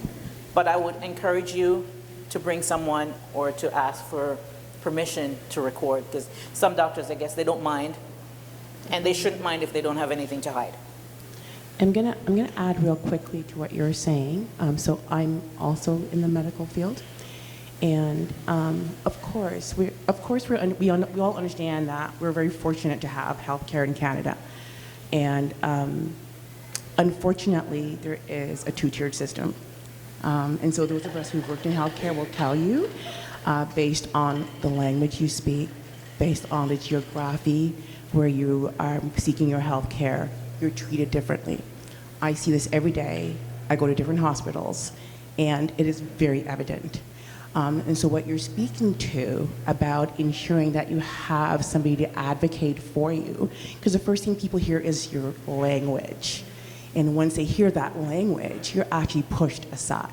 If you don't sound a certain way, if you don't look a certain way. And the reason I know this exists is anytime I take my dad to get his foot care done in a certain part of Toronto, and the reception I get, whereas if I take him to a different place in the city, and the reception he gets there. And so it's a shame to have to say it, and it would be really nice if it was actually more aware in our community that we do have to advocate for ourselves. And what I mean by that is to have a literacy of what healthcare means, and that you can actually have a voice, because you will be silenced by those who don't want to hear what you have to say. And I'll give an example. Just this week at where I was working, a lovely little Jamaican woman, and she had some things to say.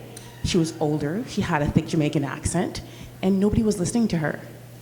She was in the hall asking for the nurses, and they're like, oh no, mama, mama. And I'm like, first of all, her name is not mama, right? And second of all, you need to stop and listen to what she has to say. She has something to say, and she did have something to say. But again, they hear the language, they see that we don't look like them, and we're treated differently. And so I want people to understand that, and to understand that you have to speak up for yourself, because you will be dismissed. Thank you. Just a short thing. Does the Olive Branch of Hope has where when someone is experiencing this new diagnostic within themselves, is there someone to go with them and, you know, assist them, seeing that you have experienced it, to follow them and go 1 or 2 treatments, or their first time, you know, hearing about it, to be with them at their doctor to ask the right questions on, do you have that within your organization? So the Olive Branch of Hope has a whole swarm of ladies within the charity. And at any given time, I'm sure if the request was made that someone within the Olive Branch of Hope would make themselves available to accompany that person if they needed someone to go with them to an appointment. So we are not saying no. I don't think we've ever said no to anyone. That is what we're all about, is supporting our community and making sure that everybody feels comfortable and welcome within our hugs. Do we have any other question? Not a question, it's just a comment. And I just want to say I was diagnosed with cancer in 2022 in January, and it was just around the COVID period. And I went, after it was diagnosed, that was in January, and February, March 10th, I have my surgery. I'm a woman of color. I went to North York. It took me 3 months to have my surgery. So I'm not saying there might not be discrepancies, but I don't think it's everyone. It's everyone. Because, some people might wait longer. I just went, as I said, 3 months. And a lot of people said, well, I'm waiting for 1 year, I'm waiting for 6 months, I'm waiting for 8 months. As a woman of color and a Jamaican, 3 months, and I had my surgery. Thank you. Oh, my question is about the Olive Branch of Hope. Is there, I know that is the Halton, Mississauga branch. Is this in other region of the province, right? Like we live in the Waterloo, Wellington community. Not yet. Okay. Yeah, because I know we did have the Hope Springs that were supporting cancer patients in that community, but I want to make sure that do we have the same program in other regions in there? So the Olive Branch of Hope, the main office is in Toronto, and we have an office, a group in Peel that supports Brampton, Mississauga, Halton. Like I said, every month we do have support meeting, which is virtual, so anybody anywhere can tap into that. But we do not right now have services outside of Toronto or Peel. We are, of course, wanting to branch out, and before long we're going to be bigger than the Canadian Cancer Society. Yes? Anybody else have a question?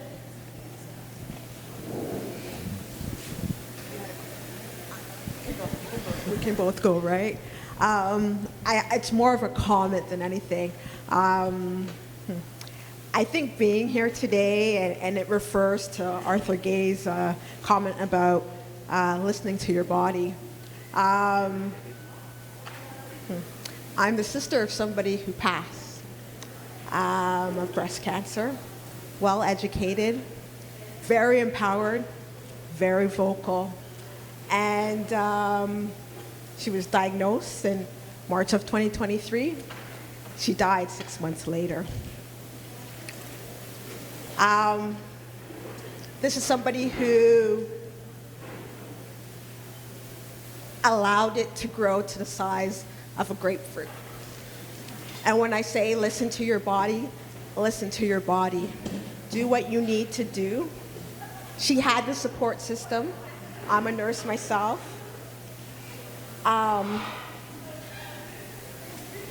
It's hard when they talk about emotional and mental health. So being here is a little bit hard. So I thank you, survivors. I thank the medical professionals. I'm a support person. I'm not a survivor, but I'm here speaking my truth for what it was. It hurts. As a supporter, it hurts.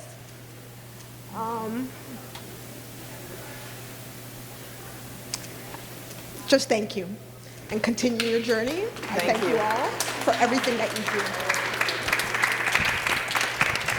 And just to follow up, the Olive Branch of Hope not only supports women going through breast cancer, but we're also here to support the individuals who are supporting women going through breast cancer. Go ahead. My question is to Beverly. Oh, Beverly, I've been told that if you've never had a child, you've never breastfed, your risk for breast cancer increases. Is that true? So, yes, that's a good question. So there definitely is a correlation or like an association with breast cancer when it comes to like our estrogen exposure. So that's why when it comes to how long someone has had their like menstrual period, so if they had it very early or had menopause at a later time, so that period of time of estrogen exposure is related to a higher risk of breast cancer. And so that also relates sometimes with someone's reproductive history, because if someone has had like multiple children or are breastfed for longer periods of time, those are kind of considered more protective, because when you're breastfeeding, your estrogen is at a lower level compared to not. That's something that the studies have shown, and there is a relation. I think it also is difficult when we take that, because I think anytime we give information like that, it's important to actually put it in context in our lives. I don't think there's anyone who's going to like have more children to be protected from breast cancer, or something that if someone has not had children or either chose not to or wasn't able to breastfeed, something that they should feel upset about when it comes to their breast cancer risk. Of course, there's so many different interrelated factors that leads to someone developing breast cancer, but it is something that has been shown to be related to someone's breast cancer risk, yes. Thank you. Leela?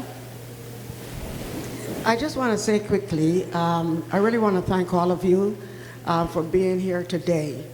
I know some have already left because they could only do half a day, but I want to encourage each and every one of you. If you know of a support group that we have one, as June said earlier, every first Tuesday of the month. It's virtual, so anybody can attend. We also have one in Brampton, and that's in person. That if you want to attend that one, that you can. The Olive Branch of Hope was established for you. I want you to know that. So many of you, have never heard of the Olive Branch of Hope, or your friend told you, but you never paid much attention until it happened to you. And I think that's true for so many of us.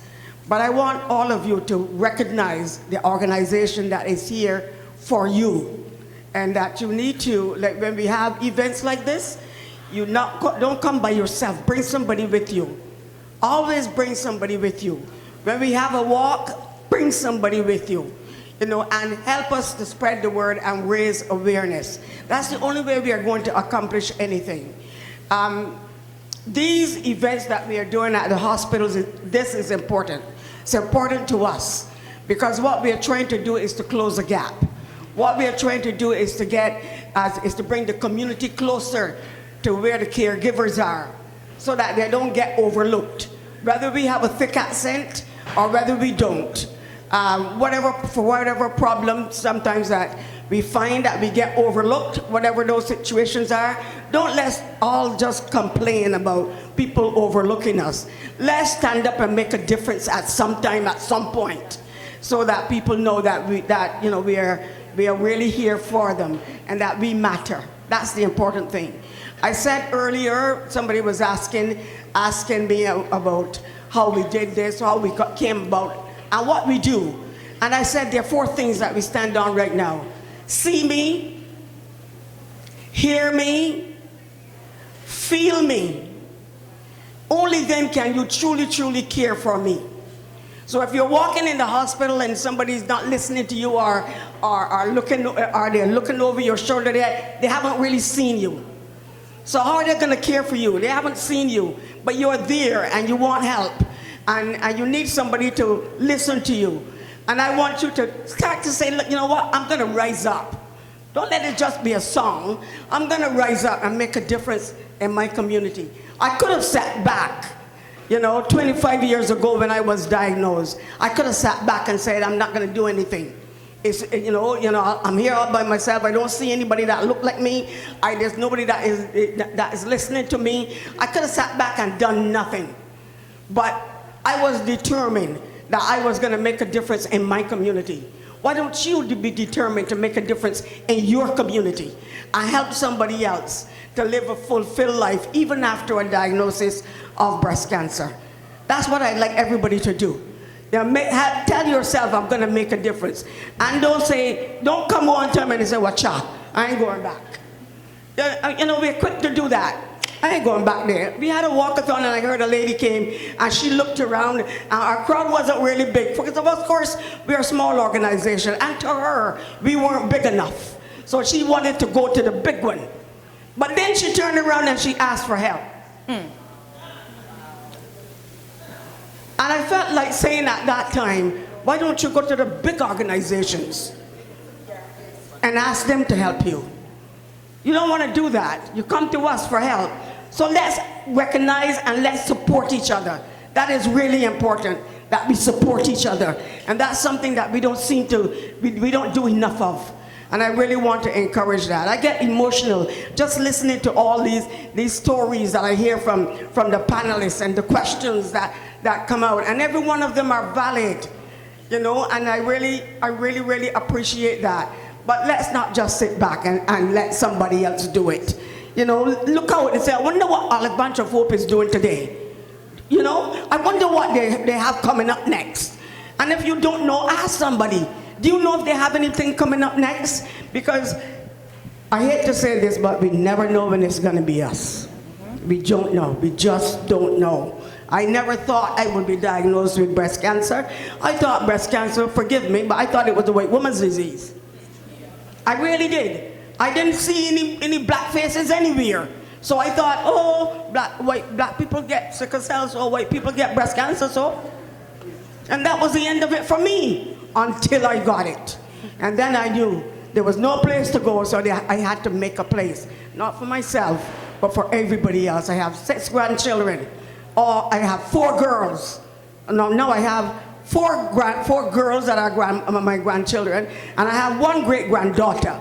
I have to think about them, and I have to make a place for them, because when they walk into a doctor's office, believe it or not, within their history, they have to say, well, my grandmother had breast cancer.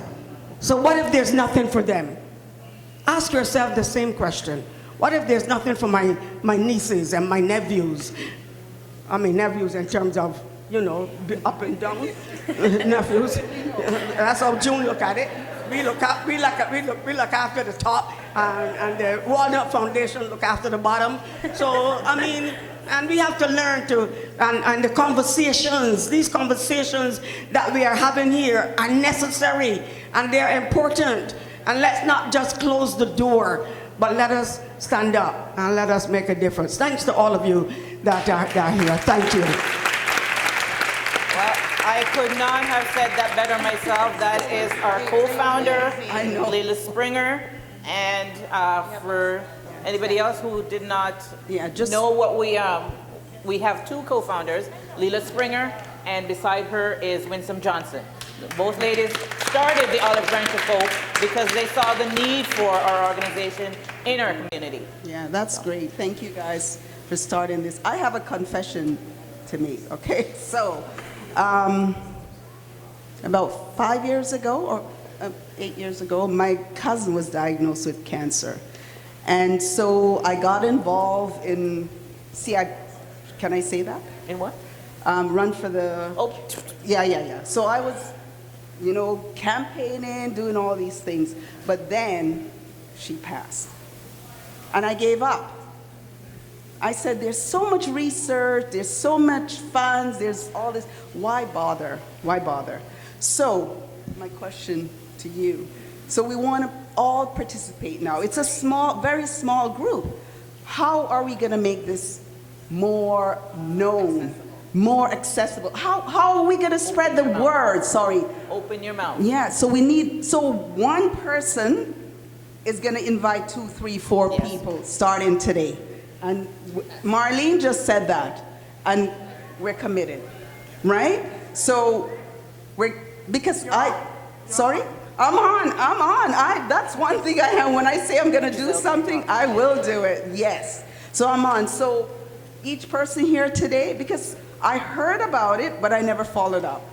A friend told me about it, but she didn't give me the information that I needed as well. But how do you really expose this? We have a website, www.theolivebranch.ca. Go to our website and you can sign up there. Our walkathon comes up in August. Let's see. Our gala comes up April the 6th. Gala. I gotta go shopping for a dress. No, you don't. Just wear what you have. I just want to share, you're all looking at me and clapping when I spoke and all of that. And I spoke earlier and somebody came and said, oh, you're a real good speaker. And I thought, oh, maybe that's why they're giving me the King Charles III Commission Award. What is it? King Charles III something award. I got back and I got this letter from Ottawa saying, oh, you're going to get this King Charles III commemorative award. Or medal. No, not award, medal they call it. And I thought, oh, really? I didn't even know something like that existed. I was just doing what I love to do. Take care of people, look after people, and make sure that we all live. Thank you. Thank you, Leela. So at this time, we're going to take a quick 5-minute bio break. We are going to set up for something really fun and exciting. Who likes to win prizes? Not me. Not you? You just give them away. Yeah, so just come back, just run for a quick bio break. There's some other refreshments over here. Help yourselves, and we will come back at 2:30. Thank you. If we could all take our seats, and we'll just take our let's just play some Jeopardy, win some prizes, and then we'll free to go. But before we go, I just wanted to mention something about the Olive Branch of Hope. The Olive Branch of Hope is not just a charity that does work in Toronto and Peel.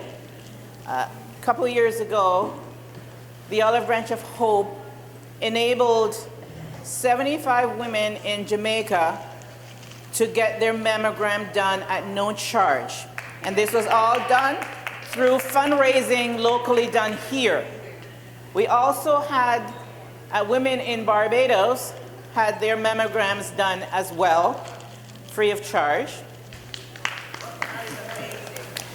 We are expanding our reach, and we are in the process of building a facility in Barbados that will be there to support women in the Caribbean. So we are getting there. We're focusing on people of color, but we want to reach women. But we got to start at home first. And also, I just want to remind you that one of our biggest fundraising opportunity is our annual gala, which will be on April 6th at, where's the gala? Paradise Banquet Hall. And we encourage you to go to Eventbrite to buy your tickets and get them early, because often our gala is sold out. So we are encouraging you right now, pick up your phone, go to Eventbrite and purchase your tickets. So we're gonna get started with some fun and games just before we leave. And I'm gonna turn it over to Mommy. Mommy has been the backbone of organizing this event. Please give Mommy a great big hand. I don't think we could have been able to do this without her. And so now that she's put her feet in, she's never coming out. So I'm going to turn it over to Mommy, who is going to take you through this Jeopardy game, and be prepared to win a prize, too, a gift card. So go ahead, Mommy. You need a microphone? I'm good, thank you. Good afternoon. Can you guys hear me? Okay, good afternoon. Like June said, my name is Mame Obeng. I am a program manager at the Black Health Alliance. It's an honor to be here today to serve my community. For many, many years, I worked in different sectors of the pharmaceutical industry. I worked in the natural health product industry. I'm a chemist. I worked in the cosmetic industry. And I happened to find this job, and for the last couple of years I've been doing this work, and I'm so fulfilled because I get to serve my community. So thank you guys so much for being here. Okay, so I am standing between you and the rest of your day, unfortunately. So I'm looking for 3 volunteers. We gave you guys a lot of information today, and everything that we talked about is on this Jeopardy game. So I need 3 volunteers. Ooh, that was fast. Okay. 1 at the orange hat, 2 right here, and there was a 3rd hand. 3, okay. Right here, or you guys want to rock, paper, scissors? Pardon? You don't know how to play Jeopardy? It's easy. Rock, paper, scissors. Oh, rock, paper, scissors? So you're thinking of a number from 1 to... Okay, I'm from a number from 1 to 25. Closest number. No, say it. 21? My number was 13, so you can come up and play. Okay, so you guys can come up here. Yeah, you were one of them. Did you win last time? I didn't win last time. Okay. I didn't even know there was a last time. Okay. Come on up. Ooh. Okay. Sorry. Sorry, is this better? It's okay. Just needed support. Okay, so step number 1 is turn on your microphones. Testing. Testing. Testing. Oh. Can you hear me? Testing. Testing. I hear you. Testing. Can we get some help here? Yeah, it's on. This one's not making any noise. It's on. Hello. Can you try? Testing. Maybe you have to just speak. Testing. I can hear her. Testing. Okay. You guys can hear her? We're good? Okay, so Jeopardy, can we please load up the game? Thank you. I know it's hard for you guys to see up here, but you guys can see on the screen here, right? Oh, yes. Okay, so what we're gonna do is I'm gonna pick a number from 1 to 50 again. Closest person gets to go first. And then we'll just go through, like, you can just pick a category and a value. I'll read out the question. I'll give you an opportunity to answer. If you get it wrong, I'll let the next person try and steal it. And then we'll count up the points. Okay. So, can you guys hear me? So do you give us time to talk or... Yeah, you'll... Person to answer? I just want it to be clear. Well, we're gonna start with whoever gets the closest number to 50. And then after that, we'll just go team 1, 2, and 3. Okay, so before we start, can I get you to introduce yourself, Miss in the orange hat?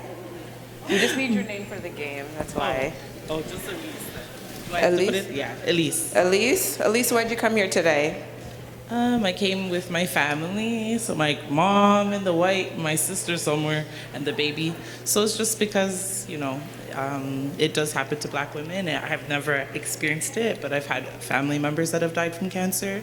So it's just awareness, like to know and to get information and all the things. Thank you for coming, Elise.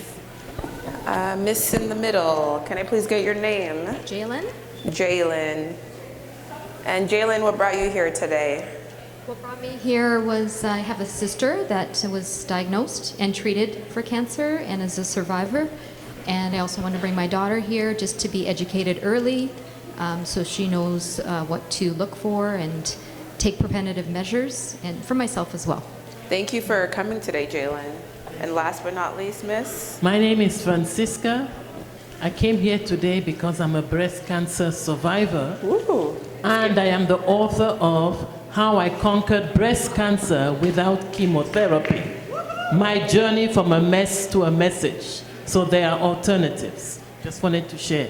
Thank you for coming today, Francisca, and congratulations on staying with us. All right, so we're gonna pick a number from 1 to 50. I'll let you guys each decide what your number is. Closest person gets to go first. 38? I didn't even pick the number yet, hold on. Okay, go. 42. 22. 8. My number was 41, so Elise gets to go first. So Elise? I'm gonna go with risk factors. I'm gonna go with 300. Risk factors for 300. Okay. This habit is associated with an increased risk of breast cancer. Smoking. That is correct. What is smoking? All right, so I'll let Jalen, you can go next. The basics for 300? The basics for 300, okay. Skin on the breast that appears like this fruit can be a sign of inflammatory breast cancer. What is orange? An orange? Ooh, that is correct. What is an orange? Okay, Francisca. Risk factors for 400. Eating a diet high in these foods can help lower the risk of breast cancer. What is fiber? What is fiber? Fruits and I guess fruits and vegetables has fiber, so we'll give you that. It's the same thing. Okay, let's go. Elise? Risk factors, 500. Ooh. We go big. This breast cancer characteristics makes it harder to read mammograms. Is it dense? Breasts that are dense? That is correct. What a dense breast tissue. Okay, Jalen? I'm going to follow. The basics. We trying to go home. We trying to get The basics for 500. Besides a lump, these two symptoms can indicate breast cancer. Discharge and this is a good one.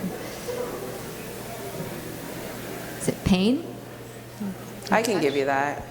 But what I had was, what are swelling of the breast and nipple discharge? But we do remember that there are many other symptoms of breast cancer. So she was correct there.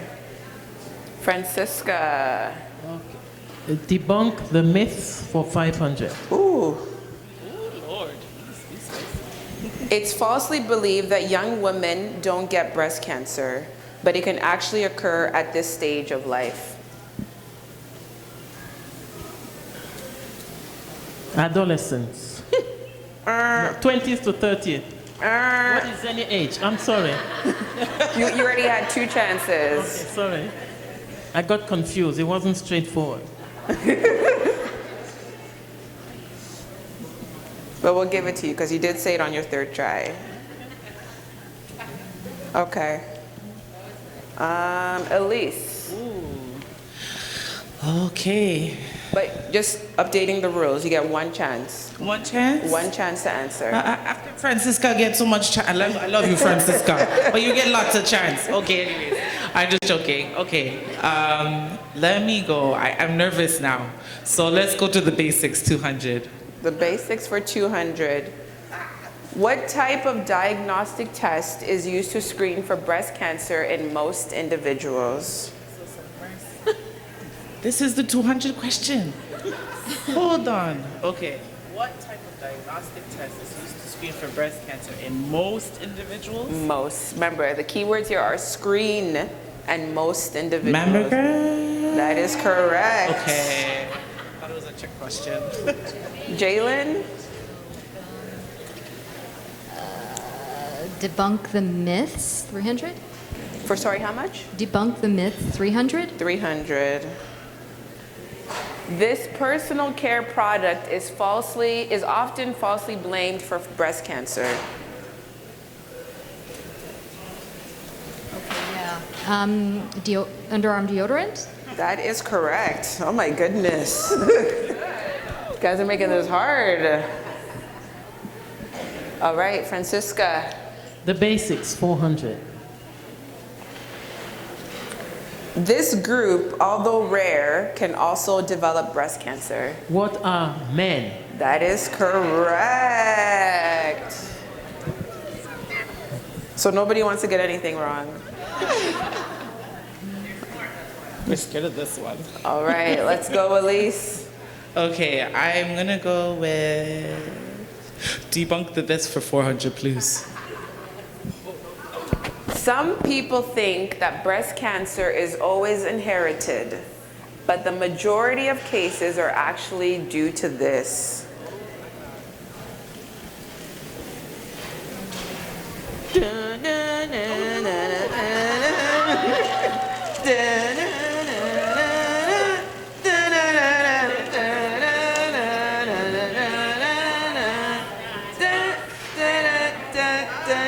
Health risk! I don't know. I don't know.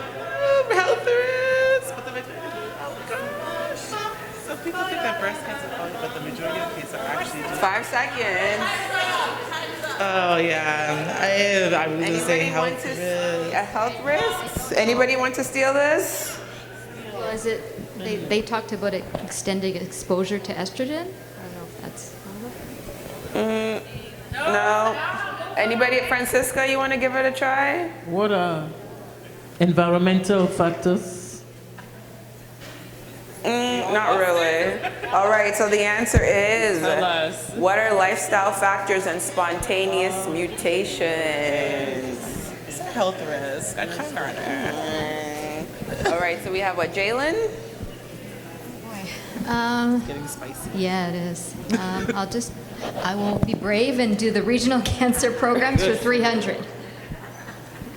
What service can you call to request more information about cancer screening programs and to speak to a healthcare provider?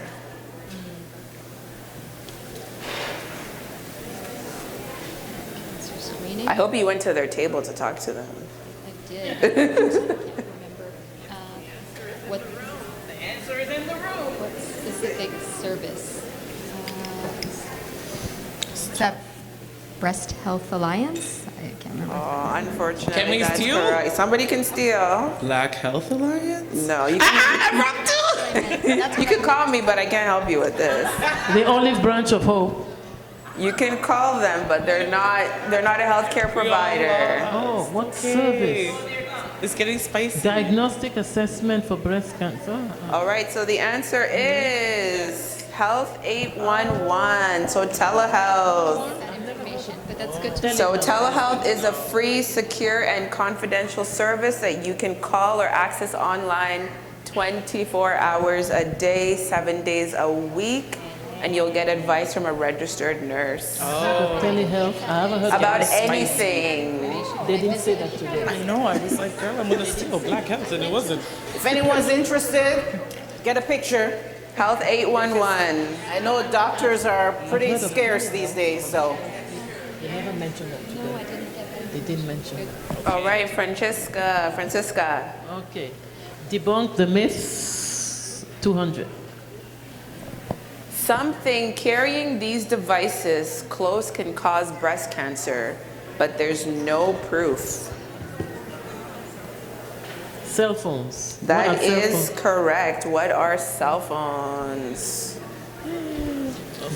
Elise? I'm gonna go, you know what? I need some points. I'm only at 1,000. Regional cancer programs for 500. Let me try. How many Ontario breast screening program sites are there in the Mississauga-Halton Central West region? So the region that helped us put up this event today. Spicy. I'm just gonna guess. I don't know. I'll just throw a number. Okay.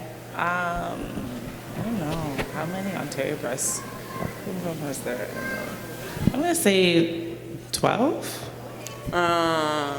Anybody want to try and steal? There's 500 points. It's 500 points. Try. I'd say 9. Unfortunately, no. 2. 2? I don't know. I live in Scarborough. Okay, well, thank you for too. coming I live in out West today. The answer is there are 34 OBSP screening sites in this region. So 34, you have no excuse not to get a mammogram. That's true. That's a good amount. All right, so we have Elise, back to you. Me again. Okay. I'll do risk factors. 4. Oh yeah, I did just go. Was it my Did you turn? just go? I did. I Oh, was my the bad. 500. Jalen. I'm going to try the same regional cancer program for 400. Let's go, girl. How often does the OBSP recommend that most people screen? Dr. Tina talked about this earlier.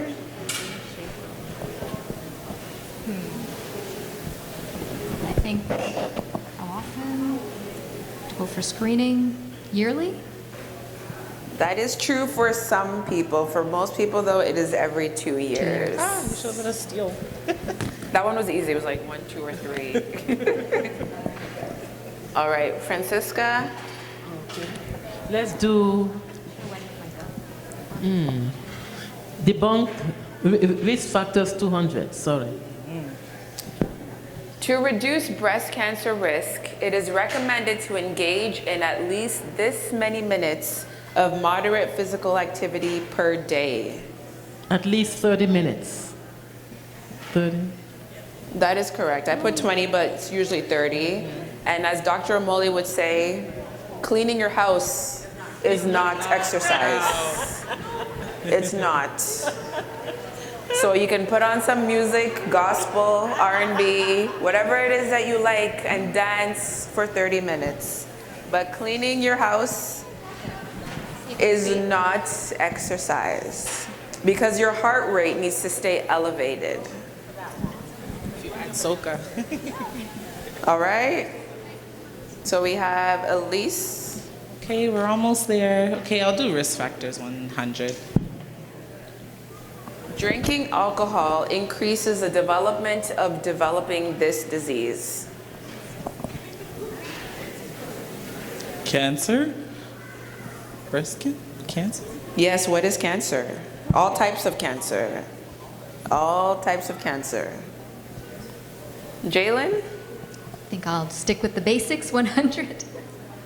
We're nervous now. Yeah, exactly. At what age can people start screening for breast cancer in the Ontario Breast Screening Program? It's 40. What is 40? That is correct. What is 40 years old? Francisca? Debunk the myths for 100, please. This common myth states that wearing this type of undergarment with a tight fit can cause breast cancer. What is a bra? That is correct. What is a bra? Elise? Regional cancer programs for 100. Oh, man. How many cancer screening programs are available in Ontario? So I do believe they talked about this in the introduction remarks. Yeah, no, I'm just gonna guess. We're finished with this. So I'm gonna say in all of Ontario, maybe No, it's the screening programs. So the are types available. of things that you can get screened for. Okay. How many cancer screening programs are available in Ontario? Is that like all cancers or just breast cancer? Okay. I don't know. I'm gonna say 15. Anybody want to try and steal?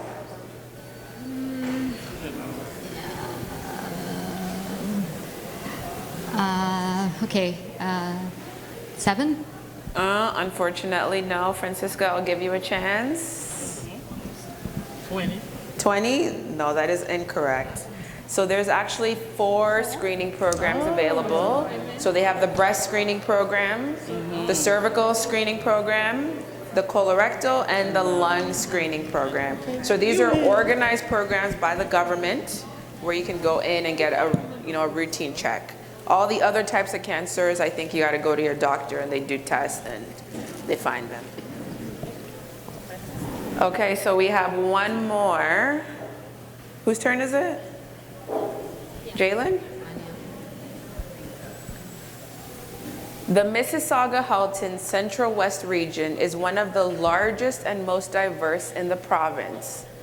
What is the approximate population of this region?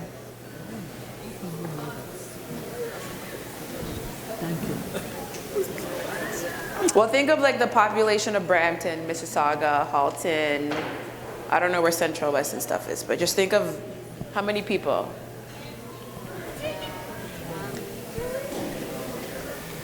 I know we're the 5th largest. Brampton's the 5th largest in Canada, but 20,000. 20,000 people? Okay. Anybody want to try and steal? I live in Scarborough. I don't know. Okay, so the answer is 2.2 million people. So that's the number of people that this regional cancer program services. So I think that is the end of our game. Yes. So let's give it up for these ladies. It's not easy being up here on stage. And congratulations to Francisca. Here you go. Thank you so much. Thank you, ladies. And you spelled my name. I hope even with the Jeopardy game that we learned something. She spelled it. So we're at maybe 5 minutes more of your time, and then we're ending. But before I go, I just wanted to say a special thank you to someone. This event actually came to birth as a result of a lunch date. And I was speaking with this individual and just commented to her about the event that had taken place in Scarborough and in the East End at Lake Ridge. And I said, I really wanted to put this event on here in Peel. And she says, oh, I know who you can talk to. And that was it. So she got the ball rolling for us. She came to our meeting. She made sure everything was going tickety-boo. She has been fantastic. I have known her for maybe six years. And so if it wasn't for our lunch meeting, and a lot of things happen when you don't expect them to happen. And so I wanted to say a very, very special thank you to you, Liz, for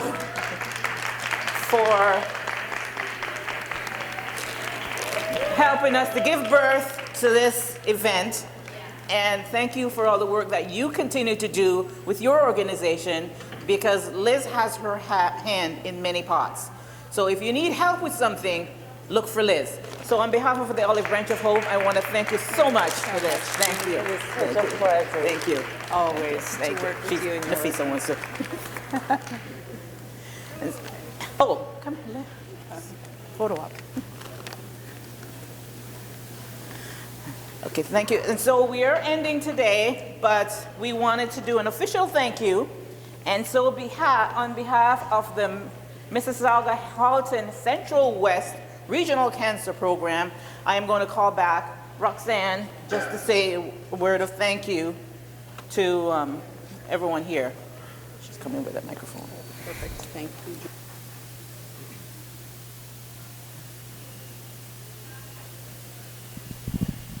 Okay. Is it working? Hello? Just very, very quickly, I know it's been a long day, but an incredibly marvelous day. Just a huge thank you to all of you for coming out today, and just to thank the Olive Branch of Hope and the Black Alliance to be able to work together and partner on this and have the opportunity to do this. Very, very exciting. I can say that it is confirmed that there were 26 women who had mammograms done today, so that is fantastic. Yeah. So that, in addition to all of the knowledge sharing, the networking, and just the coming together that I witnessed today, absolutely amazing. So thank you very much to everyone. It was really our privilege and our honor to be able to host this here today. Thank you. Thank you, Roxanne. And so, Speaking on behalf of the Olive Branch of Hope is Patricia Russell. Hey everybody, thank you to all of you who have stayed around, for those of you who have just come, for those of you who've been here all day. On behalf of the Olive Branch of Hope, which I have been associated with the organization and ambassador over 20 years, we want to say thank you for taking the time. I'm sure everybody learned at least one thing today. Is that true? You may have known things before, but you learned one thing. And I would encourage you, if you could take that one thing and pass it on to somebody else, you are investing in their education, because you're sharing, and you will remember and you will retain what you have learned by sharing it with somebody else. We exist, and you see our slogan here, it says, we are here for you. So if you hear anybody say that there's nobody here for you, the Olive Branch of Hope was organized, was formed to respond to that answer. So we are an answer to that need. We are here for you. We want to thank you. Everybody get home safe, and we really appreciate you taking the time to come out. Stay alert to our next events. Our gala is coming up. We look forward to seeing you there. Thank you, Patricia. And we just wanted to say thank you to our partners in this endeavor. We've got the Black Health Alliance, Mommy. We have Mississauga Halton Central West Regional Cancer Program, Roxanne. We have Roots Community, Black Health and Social Services Hub, LAMP, the Walnut Foundation, Wellforth, and of course, the Olive Branch of Hope. Thank you again for coming. Don't forget that this is the QR code for the survey, so we really would like your opinion, your feedback, so we can take your notes and bring them forward to another event. And just so you know, we are in the beginning stages of planning another event such as this at Brampton Civic. So stay tuned for more details. Thank you so much. Thank you, thank you, thank you for coming out and supporting us. Thank you for being here and for being a part of our audience. We really enjoyed having you. Please take what you've learned and share it, and visit the Olive Branch of Hope for more information on upcoming programs. Thank you so much. I wish you all a safe journey back home. Thank you.